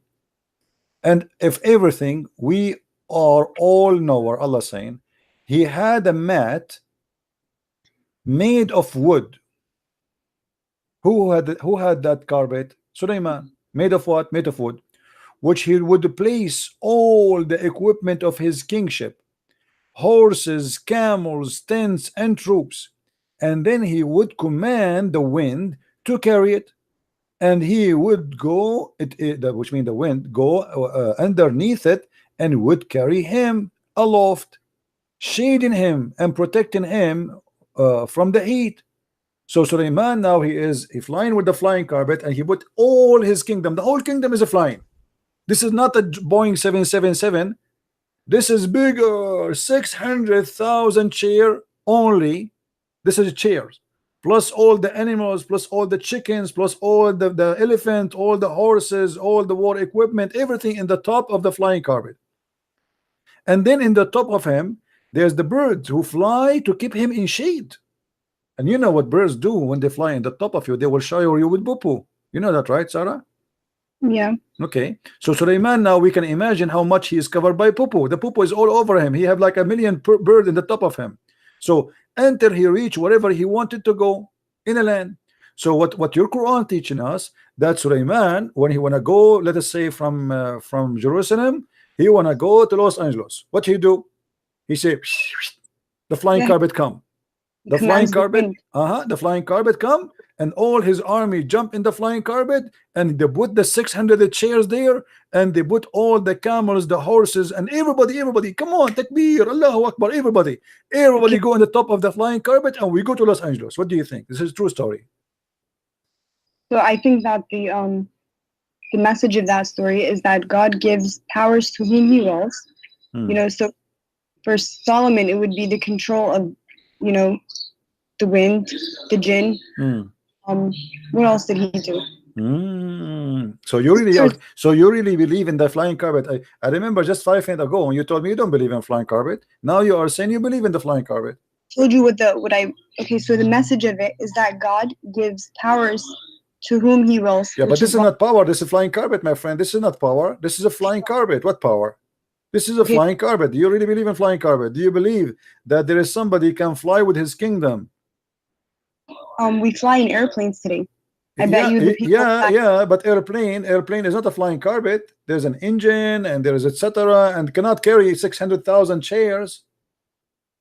600,000 shares is bigger than a city. Yeah, but we're capable of building an airplane, and no one knew that before.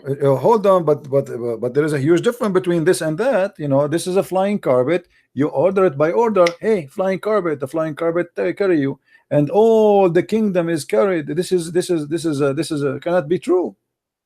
Why the Jews? Why the book of the Jews, the Bible, did not mention the flying carpet of Suleiman? I mean, why they are hiding it? What do you think? Do you think the Jews, they saw it in auction? They cut it apart and they sell it. Why the Jews in their holy book did not tell us about the carpet of Suleiman?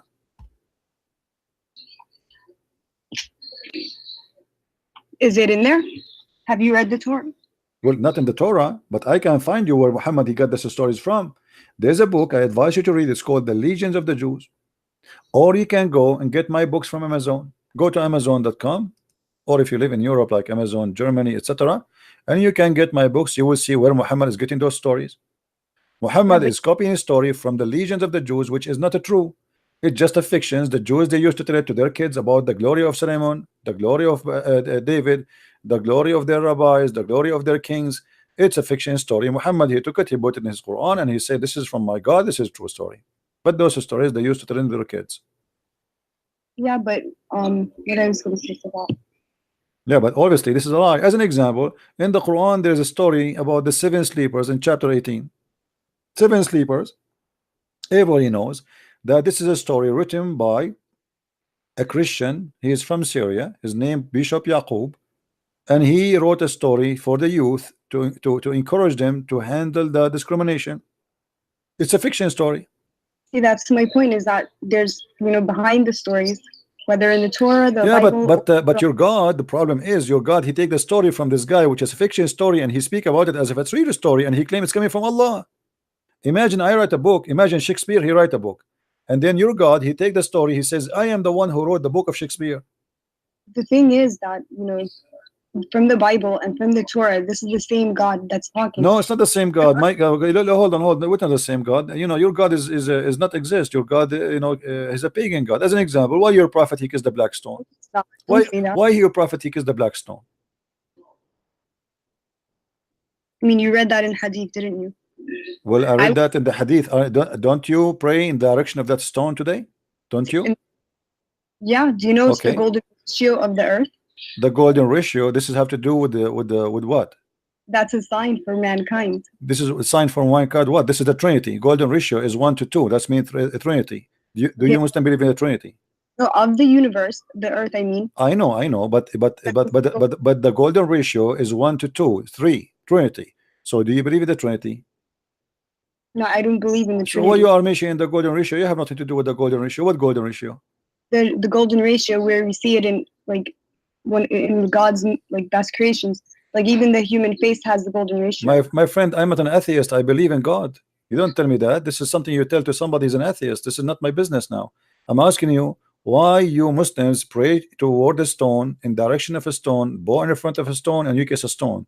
If you are a person who worship the God of Abraham, the God of Moses, and you don't believe in the paganism, why you kiss stones and go around the stone and bow down in front of a stone? Tell me. So the Qibla was changed, right? This is not the question. Why you kiss a stone, pray in front of a stone, pray in direction of a stone, go around the stone? This is the question. It's I don't know the answer. I can't tell you the answer. Yeah, because you're a pagan. That's the whole story. People who kiss stones, people who think stones are holy, they must be pagans. As simple as that. There's no holy stone. But stone are is they stone. worshiping the stone? Huh? They're not worshiping the stone. So why you kiss the stone? Tell me. You don't worship the stone, so why you kiss the stone? People kiss food. No, this is okay. Hold on. I kiss food. I kiss food as a symbolic for being thankful for God because I eat it. Okay, do you eat the stone? No. Okay, so why you kiss the stone? Give me the reason.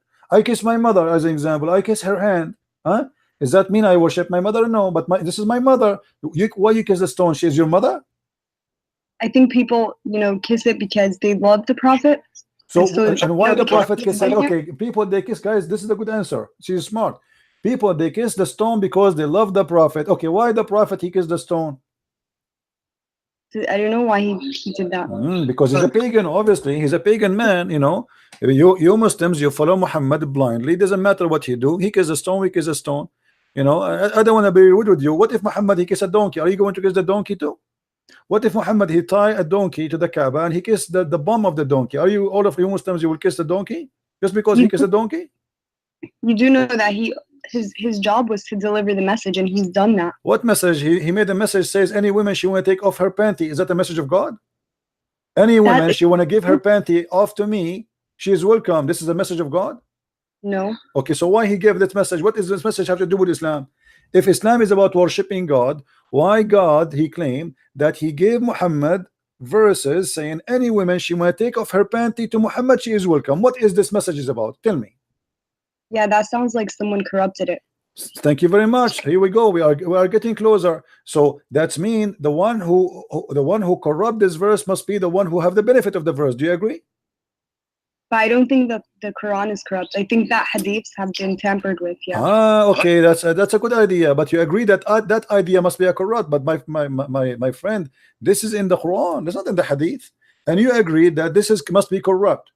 So it doesn't matter where we find it. You say you thought I'm speaking about the Quran, about the hadith. So you said, yeah, I agree, it's corrupt. But now because I said it's in the Quran, you will say no, it's not corrupt, right? You will swallow your tongue again. Or you will be honest. You will be honest. You will stay and you say yes, must be corrupt. Well, I don't believe the Quran is corrupt, and I have many reasons. Yeah, but you are the one a second ago you said that such a verse or such a statement must be corrupt, and you thought this is hadith, but this is Quran.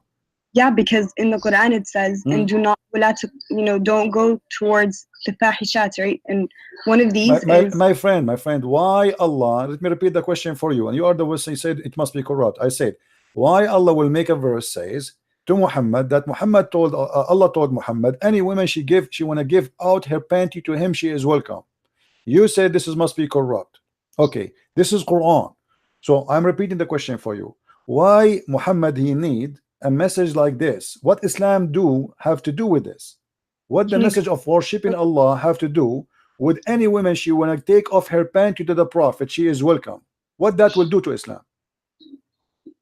Wait, can you go to that verse? No problem. Chapter 33 verse number 50. Here we go. Here we go. And this is only a privilege to Muhammad. Only a privilege to Muhammad. Any believing woman and any believing woman who dictate her panty to the Prophet, if the Prophet wished to with her, actually it doesn't say, it says to sleep with her, and this is only for thee, not for the believer.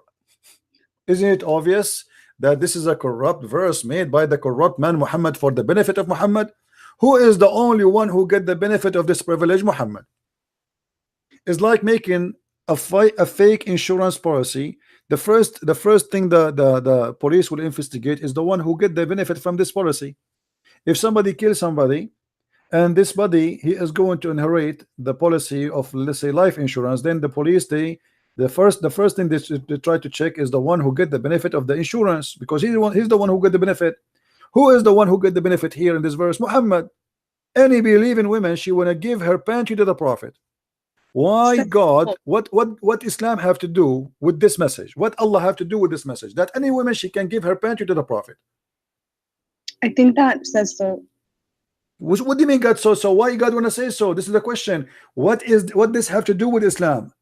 I want to be a Muslim. Okay, and now God is saying any woman, including my wife, my daughter, she want to take off her panty, put her legs up to the Prophet. What is that? That's not what it says. This is what it says. Any woman she can give her to the Prophet. And not only that, Muhammad, hold on. After that, Muhammad, he started receiving ugly women. They want to sleep with him. And Muhammad, he look at them. They are disgusting. So look what he did.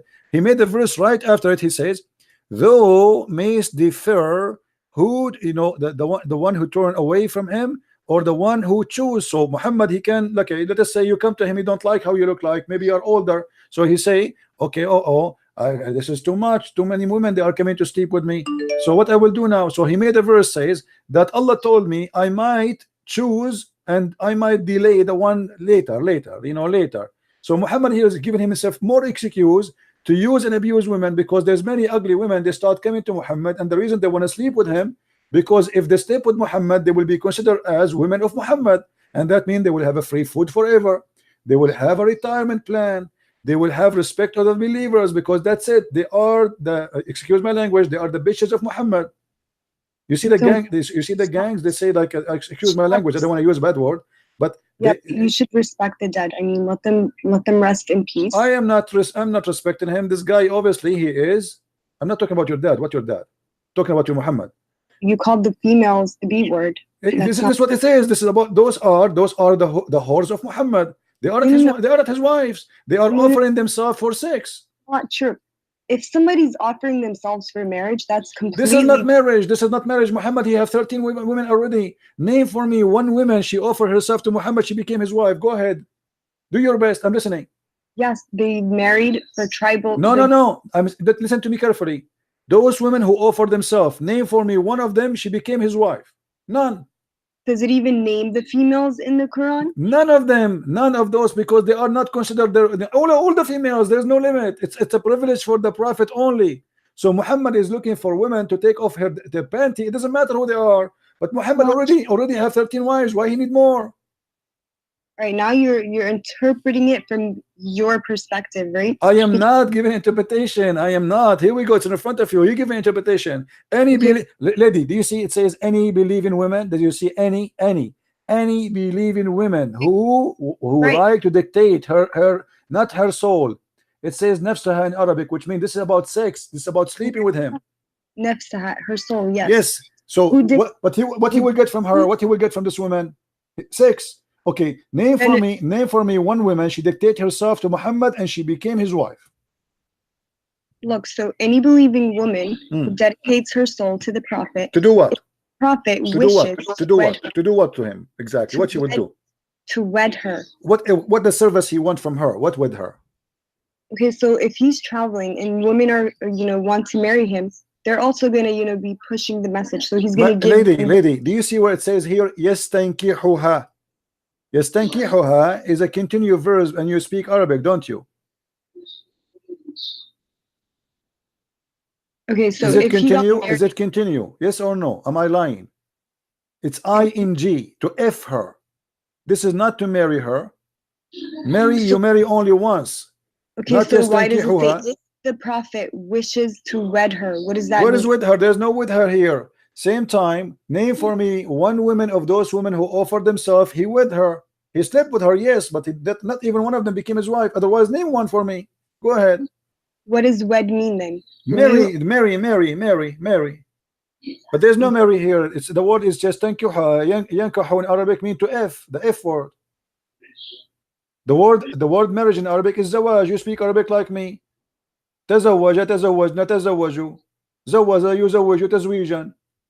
يستنكحوا, this is nukah, the actual verb of the sex, of the f word. Okay, so, and nikah in Arabic means marriage. No, let me show you. Here we go. I will show you from your Islamic website what is the nikah mean. Give me a second. Here we go. We don't make things up, lady. We don't.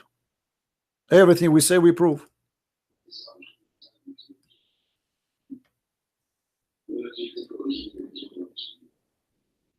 Means like marriage contracts. Well, from my understanding. Okay. Let us see.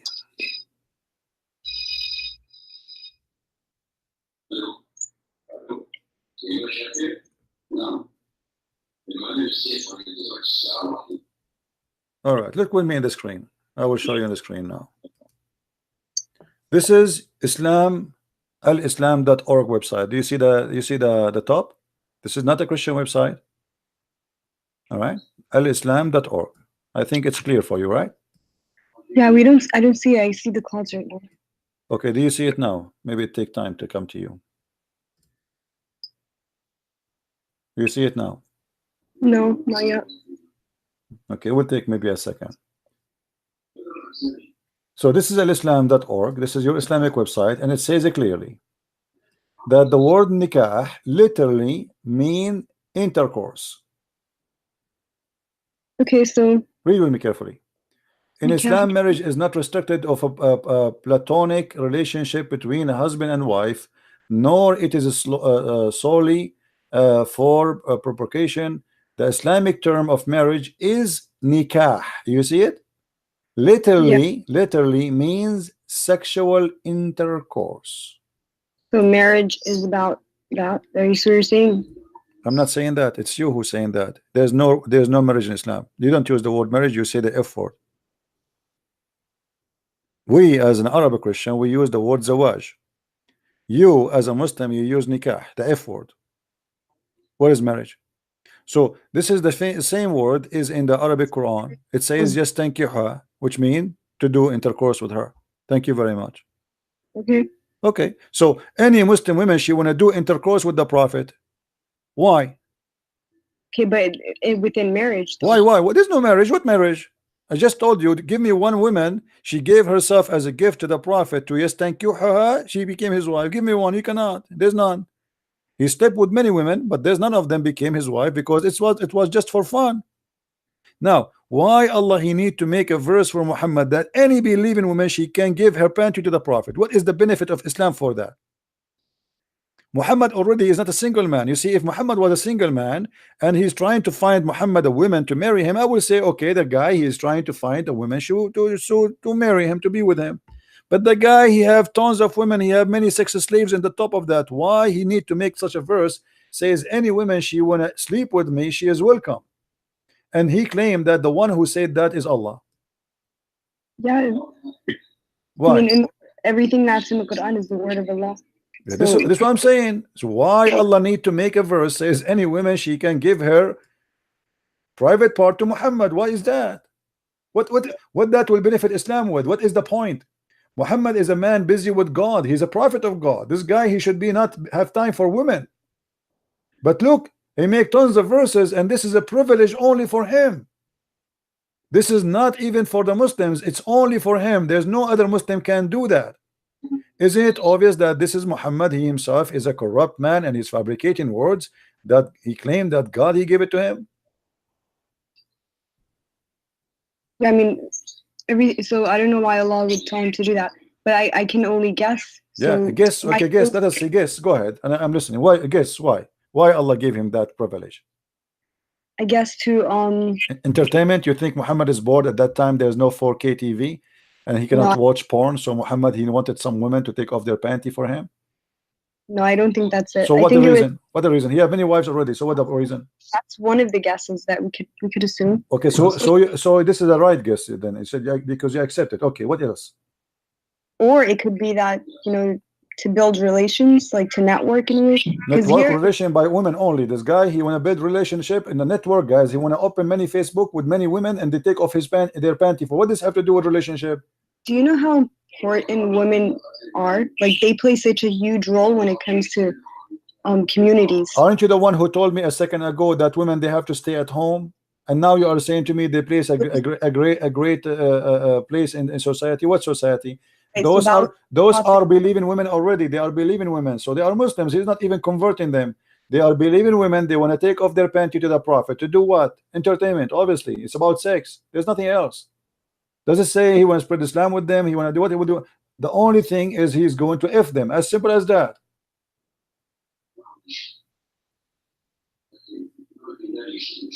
I mean, that's what it is. Yeah, that's what it is. Thank you very much. I agree. That's what it is. Muhammad is a person who is taking advantage of him claiming to be a prophet, using the poor people around him, having sex with their women. And even Ibn al-Arabi said, listen, Ibn al-Arabi said that if the prophet, his eyes fall into a woman, her husband must divorce her immediately so the prophet he can have her. You know that? Do you know that? Okay, so if she give herself onto the prophet, but do you agree that if a man, his name is Muhammad, his eye fell onto you, your husband have to divorce you immediately? Do you agree with that? I mean, like, in what are you talking about? You are. Let us say you are walking. I'm not insulting you, by the way. Don't take it as personal. Let us say you are walking in front of Muhammad, and he saw you. He liked you. According to Islam, if his eyes fell onto you, which means he saw you, he liked you, your husband, he have to divorce you immediately so Muhammad can sleep with you. Do you agree with that?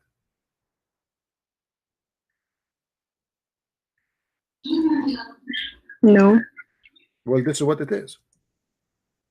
That's what you're saying it is. But I don't I'm not believe saying that. that. I will show you the reference. You want to see the reference? You want to see the reference? Sure. Okay. Let me find the reference.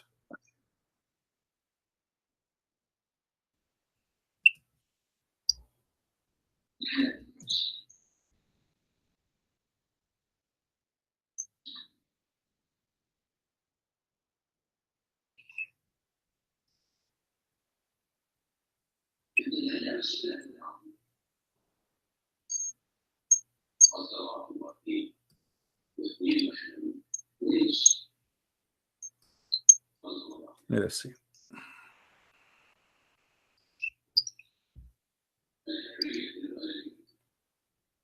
All right, this is the official government website of the Kingdom of Saudi Arabia, and this is Tafsir al-Qurtubi. I'm sure you know what al-Qurtubi is, right?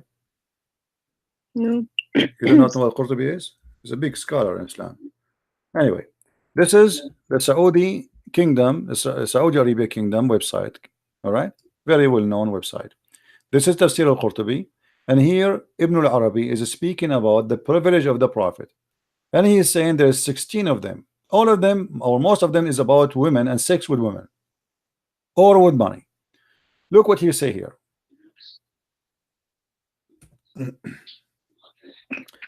قال ابن العربي. Let us see what قال ابن العربي. Deep in the Quran. Where?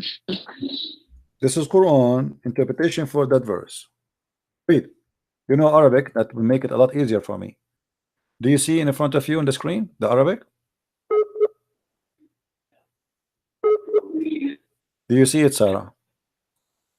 Do you see the Arabic? I see it. Okay, does it say إذا وقع بصره على امرأة وجب على زوجها طلاقها وحل له نكاحها? How disgusting that is. You just said you don't accept that. If Muhammad, he look at you and he like you, your husband must divorce you immediately. So the Prophet, he can, with my respect to you, he can sleep with you. What do you say? Interpretation or? Sorry, say again. I lost you. What you said?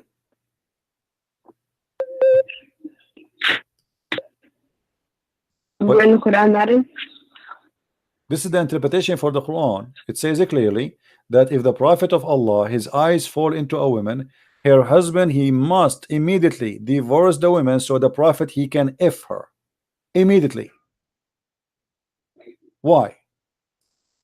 I know, but can you tell me which chapter in the Quran that is, so I can read it for myself? This is the same chapter we are talking about, lady. I know you are not listening to me. This is the same chapter. Listen, this is the same chapter, chapter 33, verse number 50, and this is Tafsir al-Qurtubi, and this is the official government website of the Kingdom of Saudi Arabia. Let me show you the banner, so you will see I'm not making things up. This is Tafsir al-Qurtubi, and here I will show you the Saudi Arabia banner address. Here we go. All right. Do you see it? Do you see the screen? Quran.ksu.education.edu.sa, Saudi Arabia. This is a government official website of the Kingdom of Saudi Arabia, and this is Tafsir al-Qurtubi.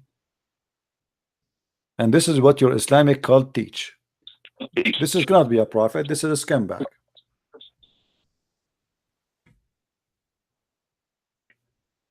Sarah, my friend, allow me to call you my sister. Maybe you are my younger sister. My sister, I invite you to leave this cult. This cult is disgusting. Muhammad cannot be a prophet of God. There's no way a man, he have a dignity. He will force a man to divorce his wife just because he look at his wife and he like her. That is disgusting. That is satanic. That is cannot be a prophet of God. Your net is bad. Did you hear me, Sarah? I invite you to leave this cult, Sarah. There is no way, and you are the one who said you don't accept that. You said that to me. You don't accept that because you have dignity, because you are a good woman. You don't accept that. This is disgusting. A good woman like you don't fit here. This is not a religion for you, Sarah. What kind of a prophet he would do that? Do you hear me now? So I invite you, Sarah, to leave this cult. This is not a good. This is not a religion. This is a scam. This is a sex monster. This is a guy who want to take advantage of you.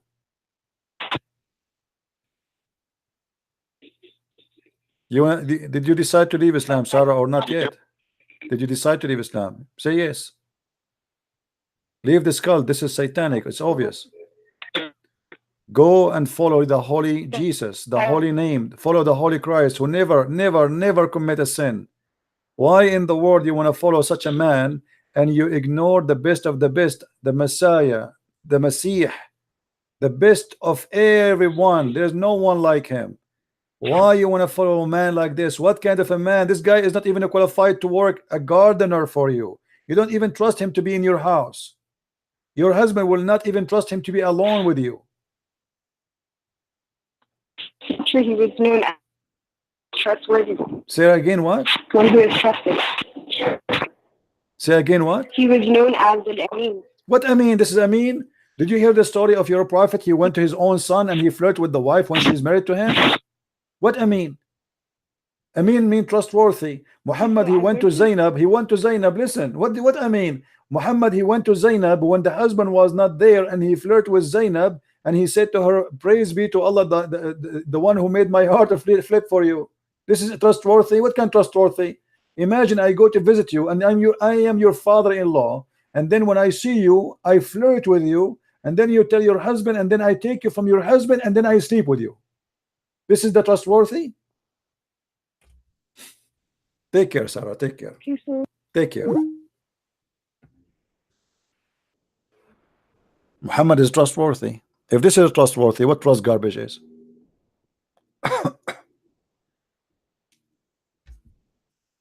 Hey, Stay Shadi, how are you? You want to call me? By the way, Shadi, in Iraq, Shadi mean a monkey. I don't know what you mean by calling yourself monkey. I am making up stories. I show it in the screen. Everybody see that whatever I speak of, I show it in the screen. I never say something without proof. Challenge me. She speak Arabic and she saw it and she read it.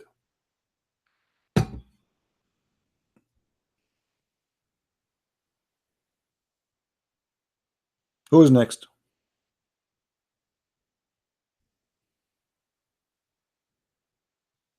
Who's next? Who want to prove to me that Muhammad is anything to be even qualified to work in the post office? Muhammad is not qualified to work in the post office because we cannot trust him to deliver the letters. He will open them, he will steal what is inside, especially if it's pictures for women. If you work for Amazon, there's no delivery for lingerie ever will arrive to any woman in the world. He will open the boxes, he will sniff the panties, and he will keep them at home.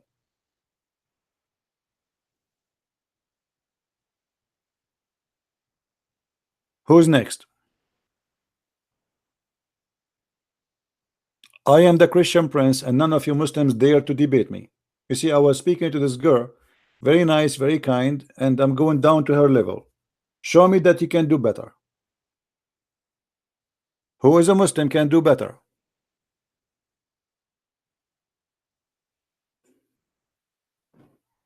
Why liar? Why liar? Here we go. Let me show you. You are saying to me I'm liar. Your prophet was accused by you Muslim that he stole an underwear. Do you want me to show you that? Shadi, let me show you. Here we go. Guys, he's saying I'm a liar. You tell me, if Muhammad was stealing underwear, according to the Quran, he was stealing it for what? To wear it or to sniff it? The underwear was red. Let's read together. And even the chapter number is a miracle. Chapter 3, verse number 161. Let us go to the interpretation. I'm lying, right? Okay. Let us see.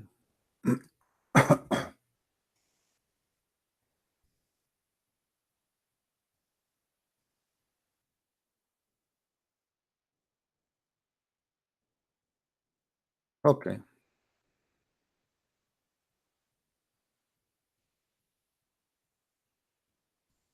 Read with me and laugh.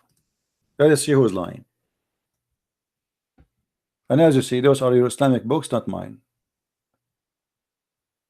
Your prophet was an underwear thief. And now you tell me he was doing what with it?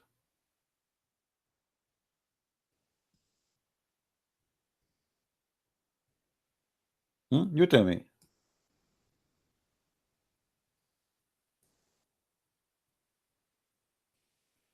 Here we go. When some red velvet cloth went missing in the day of Badr, some people began to say, perhaps the prophet took it. Do you see it? The Muslims are fighting over what they stole. This is already a theft. The attack of Badr is the Muslims attacking people, attacking caravan, attacking money of people. They are thieves, and now they are fighting over a piece of a clothing which is a bikini.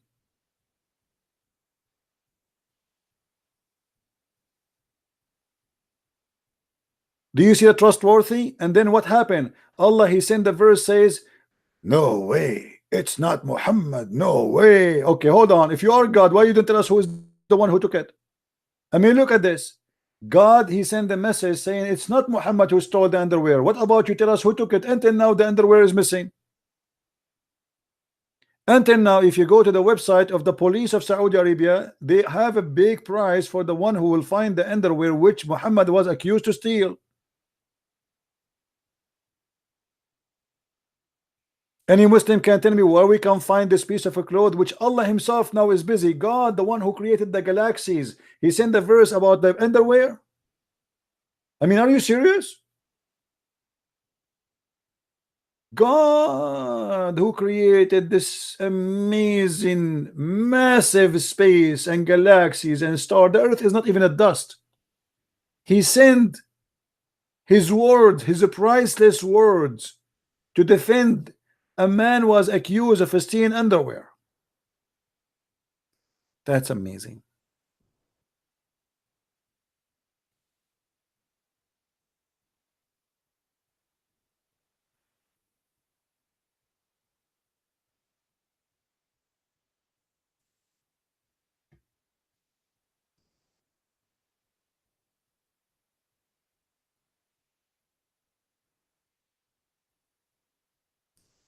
Any Muslim?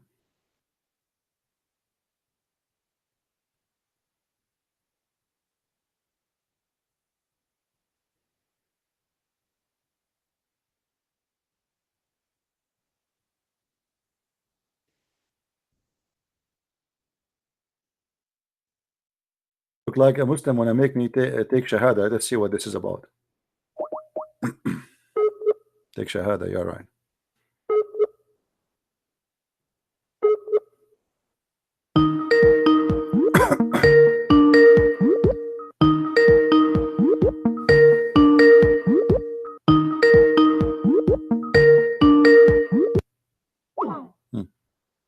Yeah.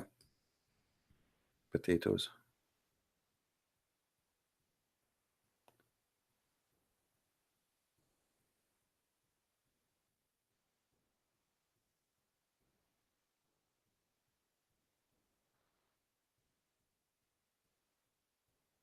Any Abdul?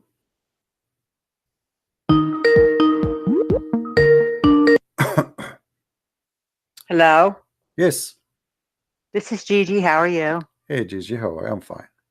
I'm good. Listen, I don't want to debate you because I'm not a debater. But you are a And I Muslim, can right? admit- You are a Muslim, right? La la, I'm talking. Let me just finish what I'm telling you. Oh la la, okay. La la means no. You know that now. Oh, okay, all right. Okay, so I'm not a debater, and I'm not going to debate you. What you would debate me I'm about not. if you aren't a Muslim? But- I have nothing to debate but- about with you. Yeah. La la. Let me talk. Let me talk. But my friend, who is a very knowledgeable Muslim, who can debate you sitting in a car with nothing, wants to debate you, and you refuse to do that on Facebook Live. I don't understand why. What You Facebook? can't debate anywhere. I don't do broadcast on Facebook. I do it here. All my people listening are here. Why he don't come here? Why don't call me in Skype? Well, he do not need to go anywhere. What about call me in Skype? He can do live in Skype in YouTube in Facebook. He can do it in Facebook. But the reason why you don't want to do that is because you don't want to leave your stuff. Your copy and paste stuff? And all like this. What stuff? What copy? I have to show my reference in the screen. Hold on. I have to show my reference. Is it about talking or about proving? Is it about talking or proving? I have to show the reference in the screen. Why don't you show your face? Facebook? Hold on. Is Facebook is internet or it's not? I thought you weren't rude. You are rude. You are rude. You are saying you are accusing me. I cannot leave my place. Who are you? What do you know about me? What place? What place? Do you want me to sit with him in his car? Why want to go to his car? Do we have a date? I didn't say go to his car. So where I will go? Where I will go? Where I will go? Where I will go? Where I will go to debate him? Tell me where I will go to debate. Where Gigi? Where I will go to debate him? Tell me where I will go to debate him. Go ahead. You can go. You have a page on Facebook and filled with lies and rude and crazy stuff about Islam. I'm a Christian before. Yeah. I know. Listen. I know what you're doing. Let us prove who is the liar. Prove to me one lie I said in Facebook. Go ahead. Prove to you. I don't have to prove anything. You have to prove it because when you say somebody is lying, you have to prove him a liar. Aren't you the one saying to me that there's a guy he can get me busted? Listen. You both of you are a piece of garbage because if you are truthful in what you are saying, what I'm talking about. You are a piece of garbage because if you are not, you will not accuse me of lies, but you cannot prove it. When you accuse somebody of lies, when you accuse, I don't respect you. I don't respect you. Get lost. I don't respect you when you cannot prove me to be a liar. When you say to somebody you are a liar, and I say to you, show me one lie I said, you said I don't have to prove it. That's because you are a scumbag. How stupid are you?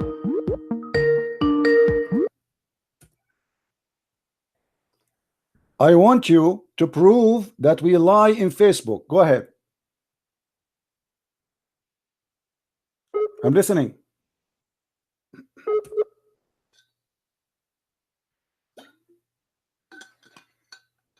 Are you there?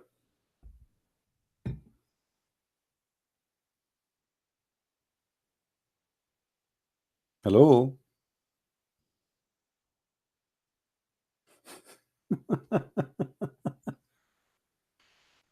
Let's go. When you have better internet, call me. Who is a Muslim? You have the courage to call me.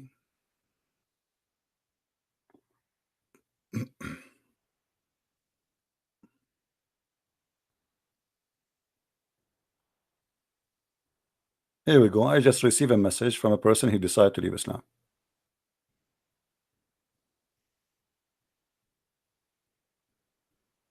I will not show all his name. I will show a part of his message. I don't even have him in my list. Here we go.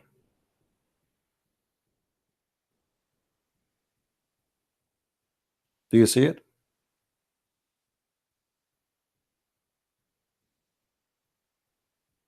People are leaving Islam for a very simple reason. It's a garbage. When a Muslim, he says to me, you are posting lies, and then he don't dare to call me to show me the lies. Obviously, everybody knows who is the liar. Muslims are leaving by thousands Islam because of my videos. And this is why you are so angry and so upset. You say he's lying, but you cannot show where is my lies. Then who is the liar?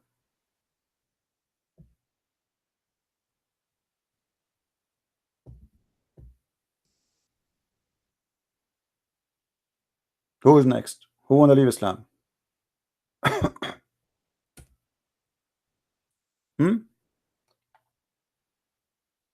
Who is next? Who is a Muslim want to call me and show me that I am lying?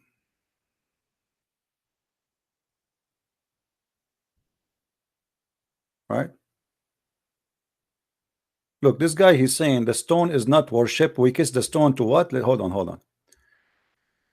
We kiss the stone because Muhammad BBBUH did. I mean, look how stupid the answer is.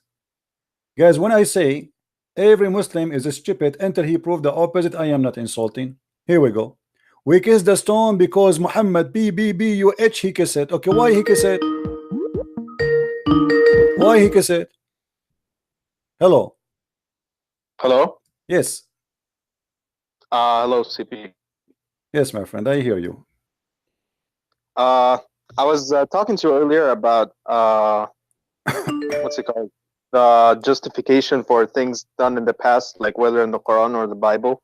Yeah, but this is not the time. I want to take a Muslim calls. They are trying to call me. Please go ahead. Don't call me for now. Let us see what the Muslims want to say.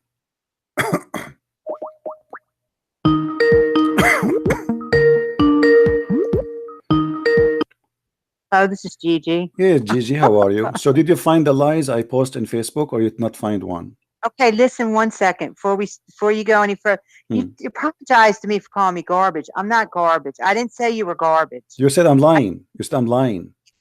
This is lies are being told about. Okay, I did listen. Not say when you said somebody that lie, he told I am the one who told those lies supposedly. So you're accusing me to be a liar. So prove it. No, you prove it. Prove it. Otherwise, this is garbage. Prove it that I did lie. Show me one lie. Go ahead. I'm listening. I am listening. I am listening. Show me one lie I said. Go ahead. I don't talk with somebody that disrespects me and calls me garbage. You are the one who accused me to be a liar. You are disrespecting me. Now you have to prove me to be a liar. Otherwise, you are not a decent woman. Saying on Facebook about Prophet Muhammad, peace be upon him, is lies, and you know they're lies. Show me one. Show me one. Which one?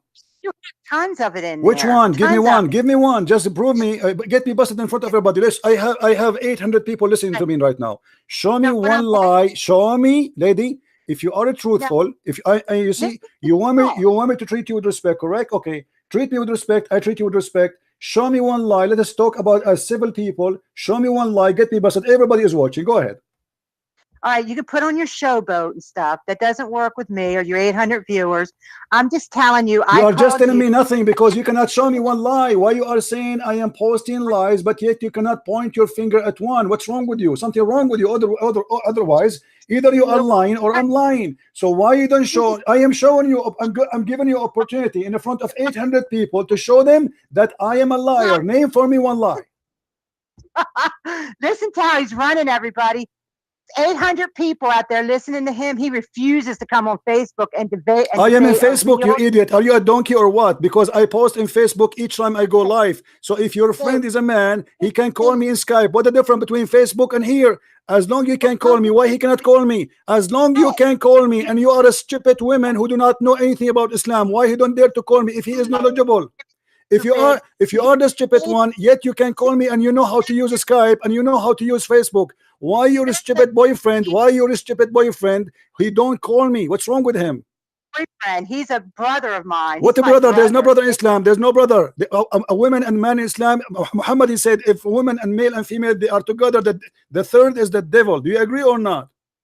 Sick. You have a sick mind. You are the sick. You're a prophet. He said. You're a prophet. He said. Any woman she want to give her panty to the prophet, he have to give it to him right away. Do you agree or not? Really? Yes, really. Yes, really. I can't believe you have one person that listens to you. I have right now. I have right now 775 people. You believe it or not?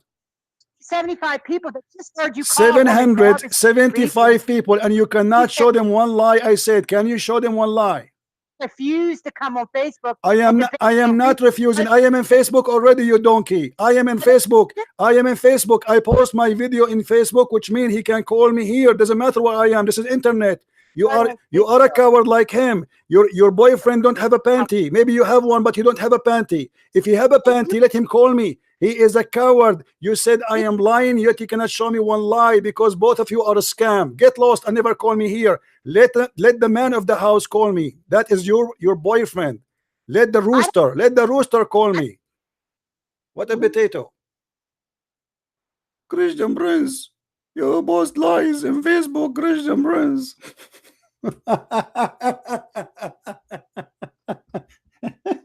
Okay, what is the lie I posted in Facebook? Can you show me one? I'm not going to debate you, Christian Prince, you know. By the way, I might convert to Islam and you might be one of my 4 roommates. You must be stupid to believe in Islam. How a woman she can even accept Islam for a second unless she is really mentally ill? How a woman she can agree that a man he can beat her as if she is a goat unless she is mentally ill? This is your Quran. Let us see what Islam says about you, you women who is a Muslim. Chapter 4 verse number 34. Christian Prince, you are lying. Christian Prince, I show in the screen everything I say. Prove me wrong. And this is your books and those your websites. You are lying. Christian Prince, I'm going to hit you with my bra.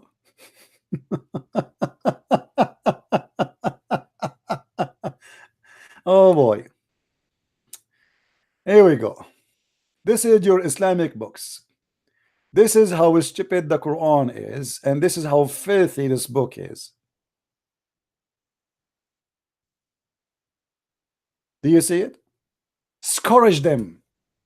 If you suspect that your wife, she might be in a stage of going to be disobedient, she is not even disobedient yet. You jail them in their rooms.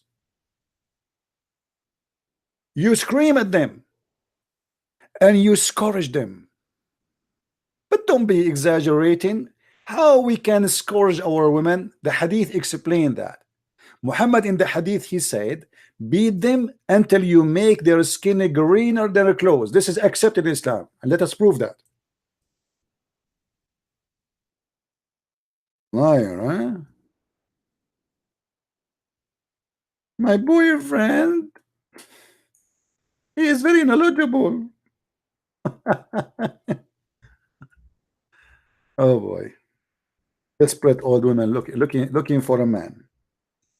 That's why she converted. Read with me.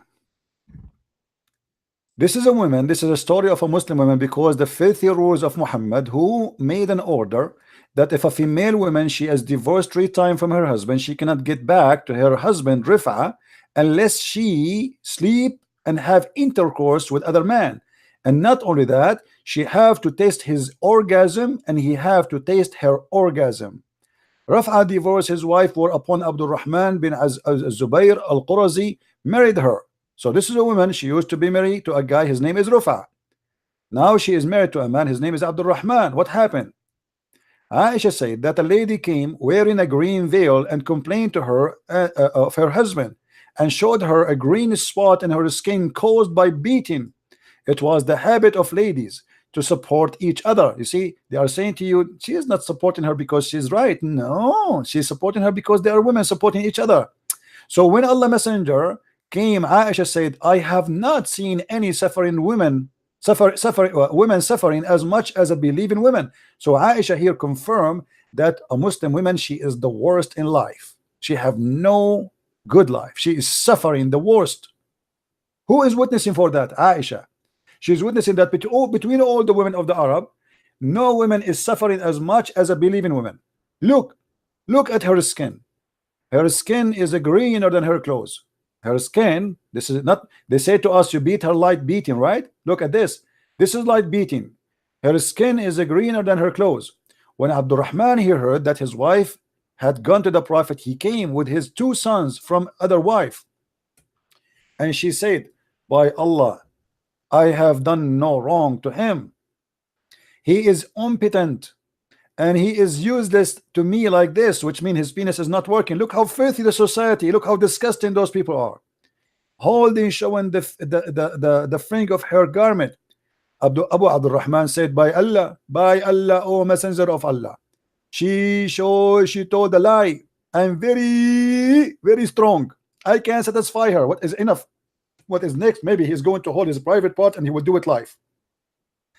I'm very strong. I can satisfy her, but she is disobedient and she want to go back to Rifa. Aha! Now we know what's happening.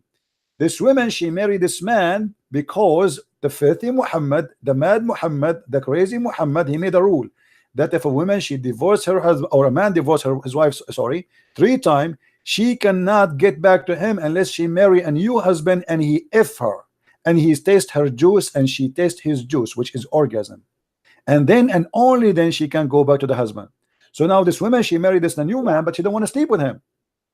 She wants him to get back as a tool to get back to the previous husband. So look what happened. Allah Messenger said to her, if that is your intention, then know that it's unlawful for you to remarry Rafa unless Abdul Rahman he tastes your juice. You see in the translation they say until he has sexual relationship. What kind of religion making a rule that a woman she cannot go back to her husband unless she goes sleep with the new man, and that man he have to test her orgasm and she have to test his orgasm حتى يذوق عسيلتك until he tastes your orgasm. This is a prophet of God. And not only that, the man he did beat the hell of his wife, and then Muhammad he sponsor him by beating your wife. It's lawful for you. Did Muhammad say why you beat your wife?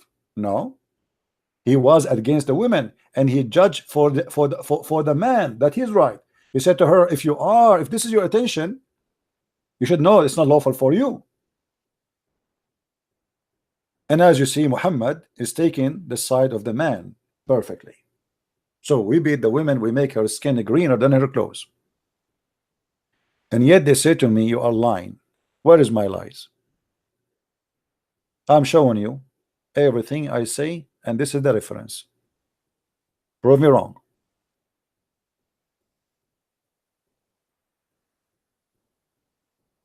Why you don't put the information in context? Sarah, she is saying that. Okay, Sarah. Let's see what Sarah was saying. Of his wife, and then Muhammad he sponsored him. Hello? Yes, Sarah, you said I am not putting things in context. What does that mean? Everything has a context. Like the okay, what is the context that I can beat my wife until I make her skin greener than her clothes, and then I say that you have to sleep with the new husband so you can go back to the old husband? Go ahead. When I say in context, I'm talking about historical context, right? Well, this is the historic, the story in front of us as it is. I read the whole story. I did not even cut a letter from it. Right. So you do know that with Islam came the revolution of everything. Like what? Women quickly gained rights and inheritance in. That's false. That's false. That's false. That's false. That's false. That's false. Women is before Islam they inherit everything. Not only that, they used to be very rich. As an example, Muhammad himself he used to work for Khadija. Is that true? Yeah, but she was the widow, right? She is a widow, which means she inherited her husband. Is that correct? She inherited everything from her husband. Yes. So this is she was not a Muslim woman. Is that correct? I guess. Okay. So women they have their right, and not only that, she was the boss of Muhammad. Is that correct? Right. Okay. So she have right, and she is a businesswoman. She have an inheritance. She is independent. She is the boss. What is next? Islam make the women wear a veil, became inside the box. And you are the one who said to me when you called me first time, you said that the wives of the Prophet they have no right to go around. They have to stay home. Didn't you say that to me? But before Islam, women she was a queen. Women she was a leader. Women she was a counselor. Women she was a businesswoman. As an example, Khadija herself. So Islam destroy you and make you just a sex toy. Where's your that?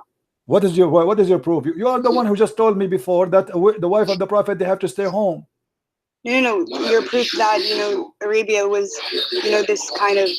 What do you mean? You never heard of the queens in Arabia and other country around? Who is Cleopatra? Who is Zenobia? Who is Khadija? Isn't it Khadija? She was a businesswoman before Islam. What's wrong with you? Who is Qurfa? Who's there is many famous women in the history of Arabia. What are you talking about? There's many queens. So those are women. Even the Quran speak about Sulaiman flying all the way from Jerusalem over the flying carpet to see the Queen of Sheba. The Queen of Sheba, not the King of Sheba. So after Islam, where is the Queen of Sheba? What happened to Yemen? Since when when the last time Yemen have a queen? Isn't it your prophet? He said that a woman she lead her nation, they will never be successful, which means it's forbidden for women to be a leader in Islam.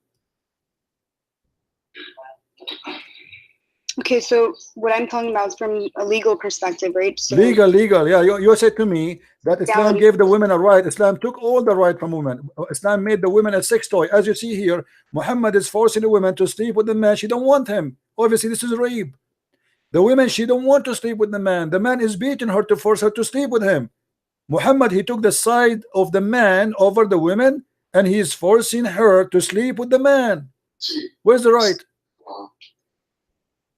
Yeah, but you're talking about hadith, right? So what I'm saying doesn't matter. Hadith is your prophet words. All right, so what I'm saying, from my knowledge, right, I know that Arabia was very oppressive to women. So women would. That's a lie, my friend. That's a lie. That's a lie. Here we go. Look at the Arab Christians. Are they oppressed to women? We don't have Islam. We don't believe in Islam. Are we oppressed to women? That's a big fat lie. If the Arab are oppressed to women, we are Arab Christians. Show me how the Arab Christian they oppress their wives.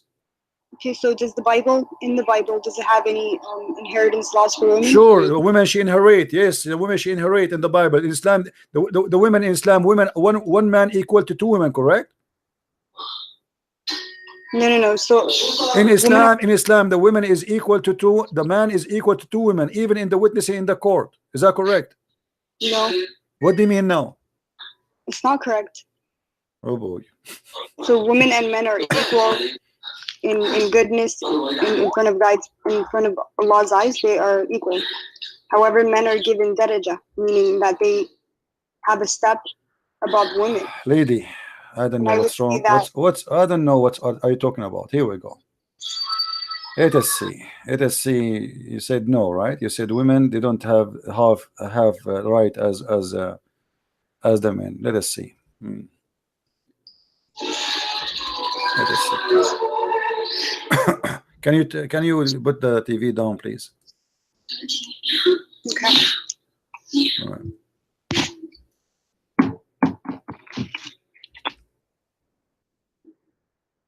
All right. Let us go to the Quran and see what the Quran says about women. You said it's not true that women she don't inherit equal to the man. I don't know what kind of Islam you are learning, but obviously you have nothing. You have no idea what are you talking about. If we go in the Quran, we will find the following.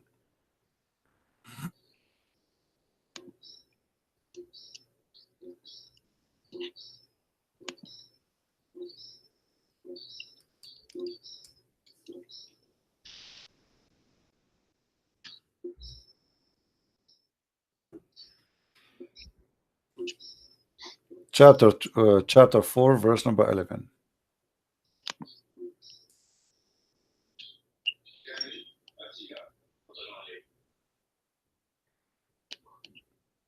Do you see the verse? Yeah.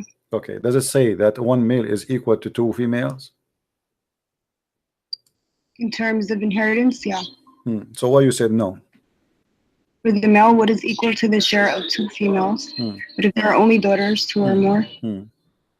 Yes, so women in that century. But you said no. But you said no. You said no. You said no. I told you that the one man he inherit equal to two women. You said no. This is from a economical perspective, right? What economical perspective? This is how it is. This is the inheritance is about economy, is about money, is about property. What are you talking about? Same time, the Quran here he said a stupid thing. It says if two females, if one man is equal to two females. All right. Now, and he's talking about two females. If male is equal to two females, and then he says to you, let me show you in Arabic so you can get a better understanding. It says فإن كن نساء فوق اثنتين فلهن ثلث ما ترك. If they are more than two, they have the third of what the parent left. I mean, this is crazy. Because this is impossible. Mathematically, this is impossible. I will give you an example.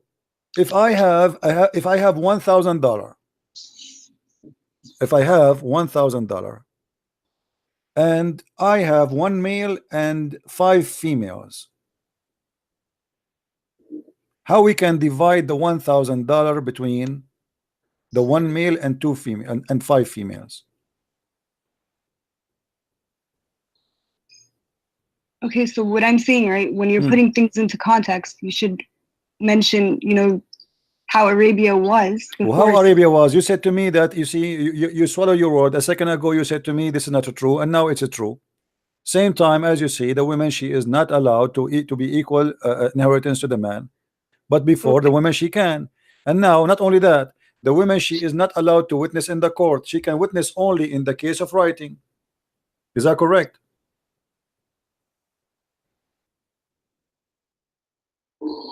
Is this in the Quran? This is in the Quran, yeah.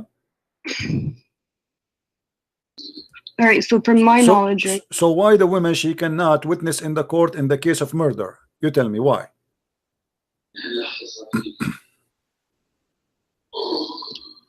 What is the wisdom? Where is that in the Quran?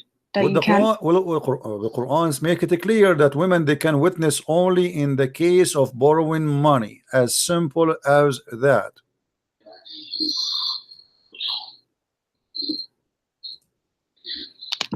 And the funny, you know, the Muslim, they say to me, I never heard this before. They, you know, each time I say something to them, they told me I never heard this before. يا أيها الذين آمنوا إذا تداينتم بدين إلى أجل مسمى فاكتبوه ليكتب بينكم, etc. And it says here, go down. فإن لم يكن رجلين فرجل وامرأتان مما ترتضون. Read it. Only in the case of money borrowing, a woman, she can be a witness, and two women equal to one man. As simple as that. Okay, so when we're looking at it from that society's perspective, it was a you huge keep saying it from that society perspective. Why women, she cannot be a witness in the court?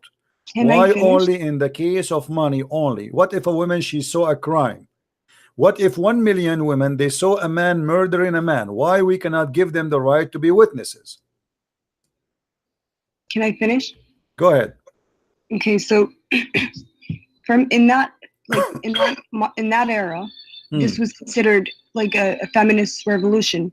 Women were legally allowed to inherit property. They got rights that they did not have. Women, they were allowed to inherit full legally before Islam. Islam make it partially inheritance, not fully.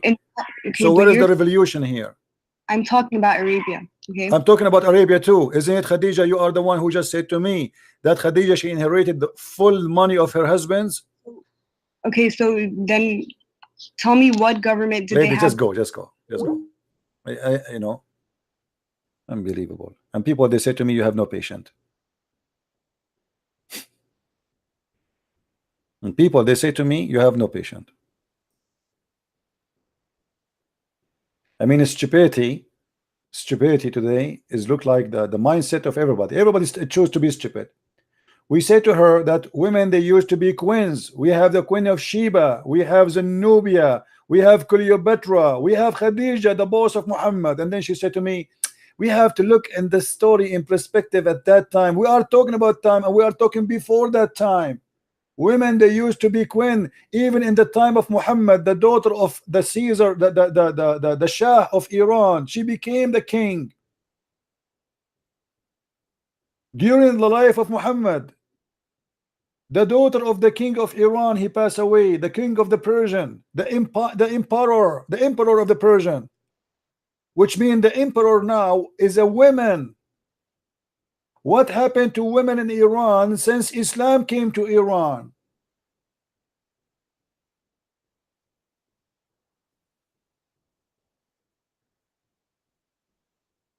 They keep saying a lie, and they repeat the lie, and then they believe the lie. But the lie is a lie.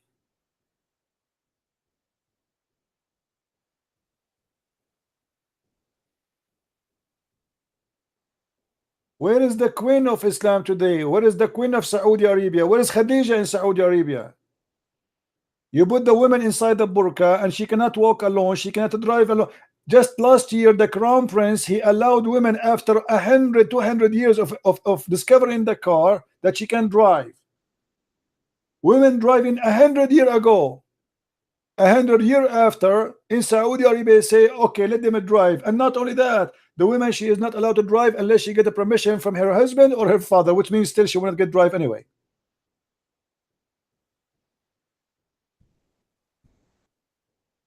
Until now, you don't have the right to drive. Until now, you don't have the right to walk alone. Until now, you don't have a right to be anything.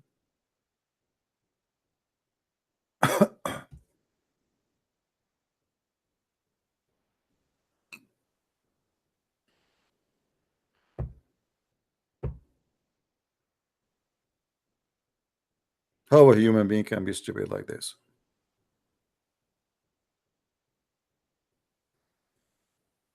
If the Islamic cult respect you, will not even allow the man to have 4 of you. 4 of you. Why? You are a goat? Well, why you want to have 4? What 4 can do, 1 cannot do. So I will go to my bedroom and I will have a 6 party. 4 women. There's no love in Islam. There's no family in Islam. There is only, breeding. It's like rabbits. Have more kids. He wanted to have more kids so he can spread Islam. That's all. This is the plan. He want to have more kids so he can make them fighters and go and kill them.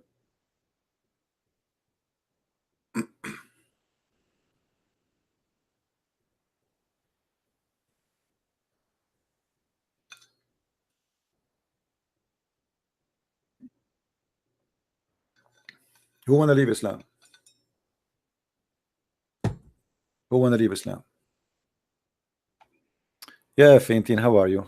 Make some. I did not drink coffee or tea for 2 days, 3 days now, because my throat is dry, so I'm staying away from it. I'm talking too much. What I can do? Too much garbage, and I'm the only one who can clean it. Somebody have to clean the garbage of the town.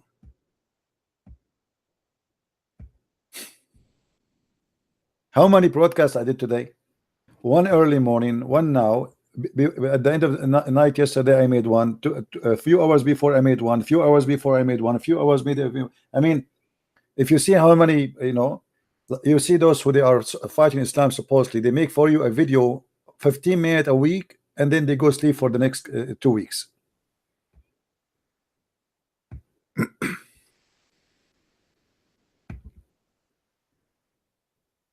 And then they accuse you that you are lying when we are showing everything. And look at that, the stupid woman. She said to me, why you don't come to Facebook? What I will do in Facebook? What do you mean Facebook? Why I want to go to Facebook? I post in Facebook that I am live on YouTube. Why I have to be in 20 places? And if the guy want to talk to me here, call me in Skype. How come you can call me, he cannot call me?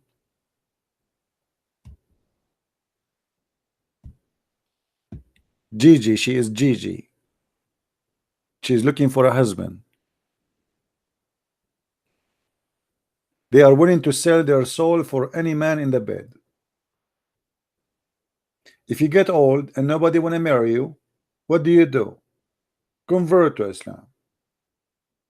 Abdul will marry you to get a green card from you, and then he get rid of you as soon as he get his green card.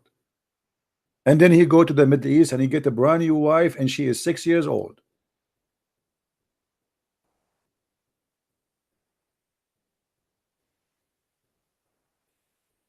That is the story.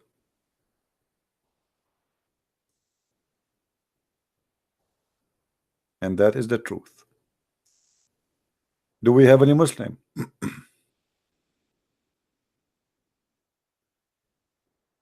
Any Muslim would like to call me?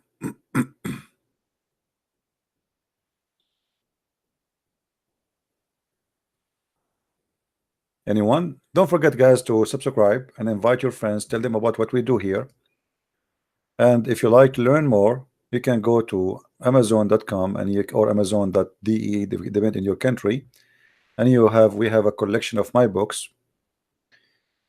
According to many people, they said to me after they get my book, they could not put it down from their hand because my English was not good at the when they said that to me. I thought they are talking about there's a problem in the glue, but later I discovered this is not the point. They were trying to say to me that your book is so wonderful to the point we could not put it down. So the glue is fine. Feel free to order my books. MashaAllah, Alhamdulillah, Takbir. And by the way, the most of people who read my books are Muslims. You believe it or not, including Shabir Ali. Shabir Ali the potato, he agreed to debate with me, and then he purchased my book. After he bought my book, he decided and he sent a message to the ABN TV saying to them, I am busy right now with my BSD. And since then he is busy. I mean, things happen. Things happen for a reason. Put yourself in the shoes of Shabir Ali, what you would do. You will be busy forever. Muslims are fighting over to debate David Wood. Christian Prince cannot find anyone claim to be a scholar to debate him. Why?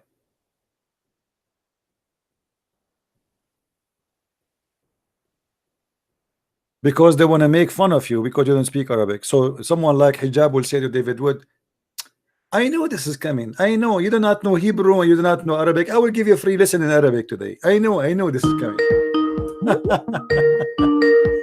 I know this is coming. Hello? Hi. Yes, go ahead. I'm calling all the way from Indonesia, and I want to ask you Sorry, lady, I cannot understand anything. Say again. Well, I'm calling from Indonesia. All right. I'm an ex-Muslim, but my family is still Muslim, and I really want to tell them about this call and everything about Islam, but they're still ignorant anyway. But I want to ask you about your book. Is it available in Indonesian in Bahasa? As I know, like now we have a new translation for the Deception of Allah in the Malay language. I don't know if that is something you can read with. The language of Malaysia, is you can read that book? Yeah. Okay, so this book will be published soon. I'm working in it. It's already translated. We are making it ready, and I hope soon we will have it published.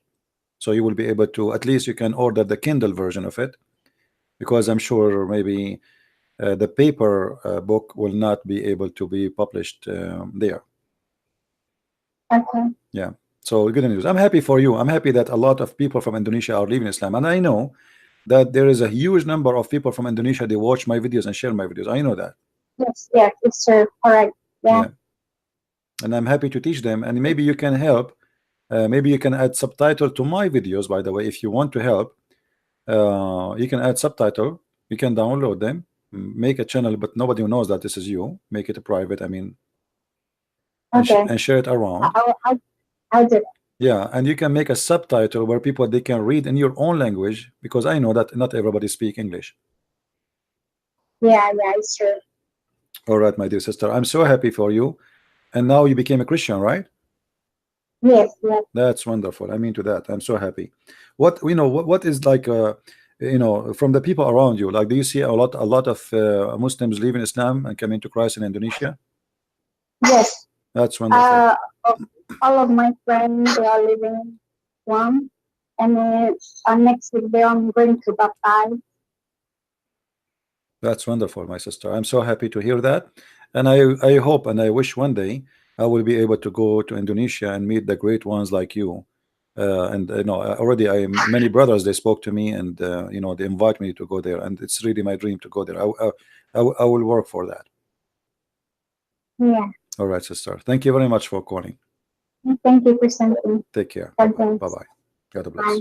Bye-bye. See, this is what is good about what we do. And this is why the Muslims are so upset. If I go right now in YouTube, you will find that number 2 country in the world watching my videos is Indonesia, which is the largest Islamic country.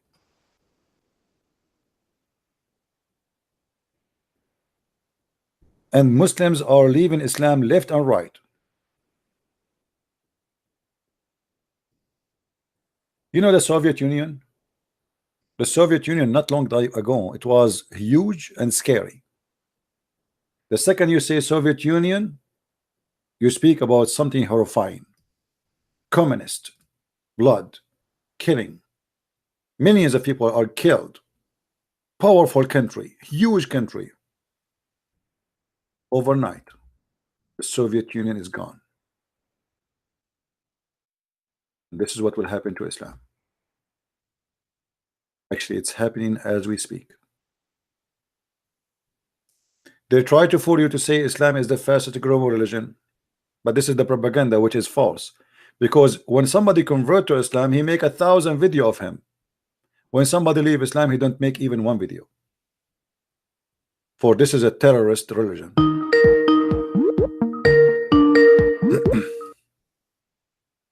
Yes, my friend. Assalamu alaikum. Wa alaikum assalam. How are you, CP? I'm fine. Go ahead. I see you talking, and I'm kind of curious. Like, what's your problem with Islam? Like, what's my problem? Yeah. I think you are the one who have a problem with Islam. Me? Yeah. What makes you say that? Because you just said to me, Assalamu alaikum. Yeah, Assalamu alaikum means peace be upon you. Yeah, but this is not allowed in Islam to say to non-Muslims, Assalamu alaikum. Who said that? Your prophet. Really? Yeah. I don't believe that. Well, here we go. That's why I'm saying you don't, you have a problem with Islam because you believe in your own version of Islam. Well, like, what makes you say that? Like, I've never saw any hadith that says that you can't say, like, Assalamu alaikum to non-Muslims. I have, like, we treat them with respect. Actually, like, I'm in Egypt, and like the Christians here, like, we have churches and all, and like they're allowed to practice their religion and stuff. My friend, like that. they are not. They are allowed to practice. This is their country. Thank you very much to say they are allowed. This is their country. You are a guest. You took their country, and you are allowed them to practice their religion in their country. I mean, you see how nice you are. This is their country. I'm not saying it. Okay. I'm not saying it like that. I'm saying that. No, I know what you are saying. No, like no. Us, so don't tell me you are doing a favor. At the same time, my friend. Same time. Do you know there is an area in your country? It's called Damanhur. Damanhur, yes. Do you know why they call it Damanhur? I know. Why? Because the Muslims, they slaughtered Christians to the point the river became a river of blood. Well, if that happened, then I don't approve of that. Okay. It's really wrong, and no even problem. if they're Muslims, I'm not gonna defend them. Okay, this is your prophet. Read with me the hadith. I will show it to you on the screen. Okay. My name is Muhammad, by the way. I know, Muhammad. You are welcome anyway. I'm not being harsh on you because your name is Muhammad. I'm just harsh with the truth. That's all. Don't greet the Jews and the Christians before they greet you, and when you meet one of them in the road, force them towards him in the narrowest alley in the road. Do you see it?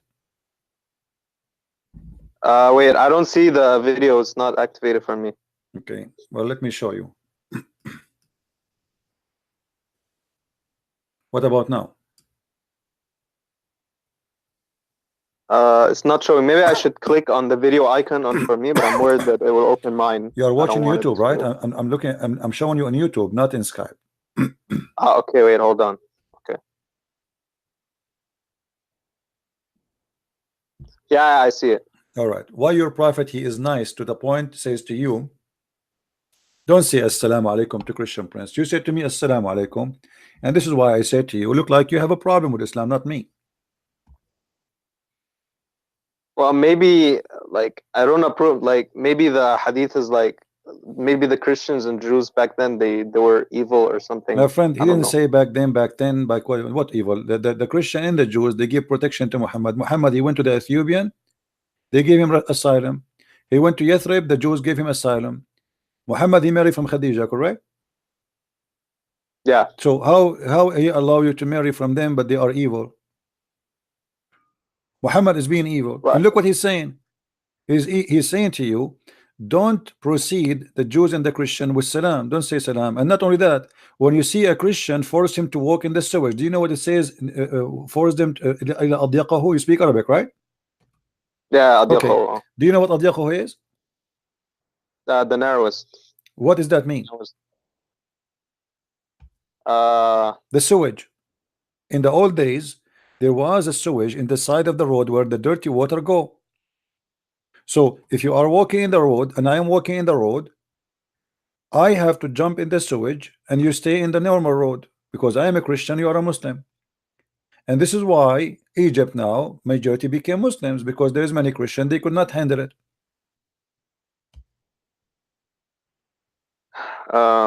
That's really wrong. This is your religion, my friend, and you agree with me. This is wrong. So you are saying that Muhammad is a bad person, don't you? Yeah. If this hadith is true, because like the hadiths were written 200 years after his death. This is true, my friend. Here we go, and this is Sahih. Read with me. It says Sahih. Do you see the reference? Sahih. Yeah. Okay. So I advise you. You know, you sound like a decent man, a good man from a good family, and you don't fit in this religion. I advise you to leave Islam right now as we speak. Well, like, I don't know, like, come on, you are like, you see, I can tell you are coming from a good family. I can tell that you have a wonderful parents. I can tell that your mother and your father, they are not a bad quality, and I can tell that you are good of their good. So why a good man like you will stay in a cult like this? You just admit and you agree that this is wrong. Why you want to stay in the wrong? It's not that I want to stay in the wrong. It's because like I feel like all religions, they have something bad in them that like you're not really supposed to accept. Like you can reject the my bad friend, and take, no, my friend, let me tell you something. Either you accept it all or you reject it all. You cannot accept some, because supposedly this is all from God. Either all of it is good, because bad religion have bad and good, it's mean it's garbage. This is not God. That's it. As simple as that. Yeah, but like I researched Christianity as well. I read about the Old Testament and how Yahweh, when he said kill, like when he ordered to kill the Amalekites, to kill all of them, the women, children. So I like, my friend, like, if somebody saw a dream, saw a vision, did he kill them? I mean, I saw a dream that yesterday the whole world is destroyed. I mean, come on, let us read things in context and read it and see what happened. They did not kill and nobody died, and it, you know, this is, I saw a vision. I will tell you my vision, and those people, they were killing them too. Those my enemy, they hate me to death. I saw a dream, I saw a vision. So we can, you know, if you want to be honest, be honest. You admit this is you know, let us say the Jews, they were bad. Let us say the Old Testament for you, it's not what you like. Me as a person, I judge everything by the fruit. The fruit of my God is wonderful.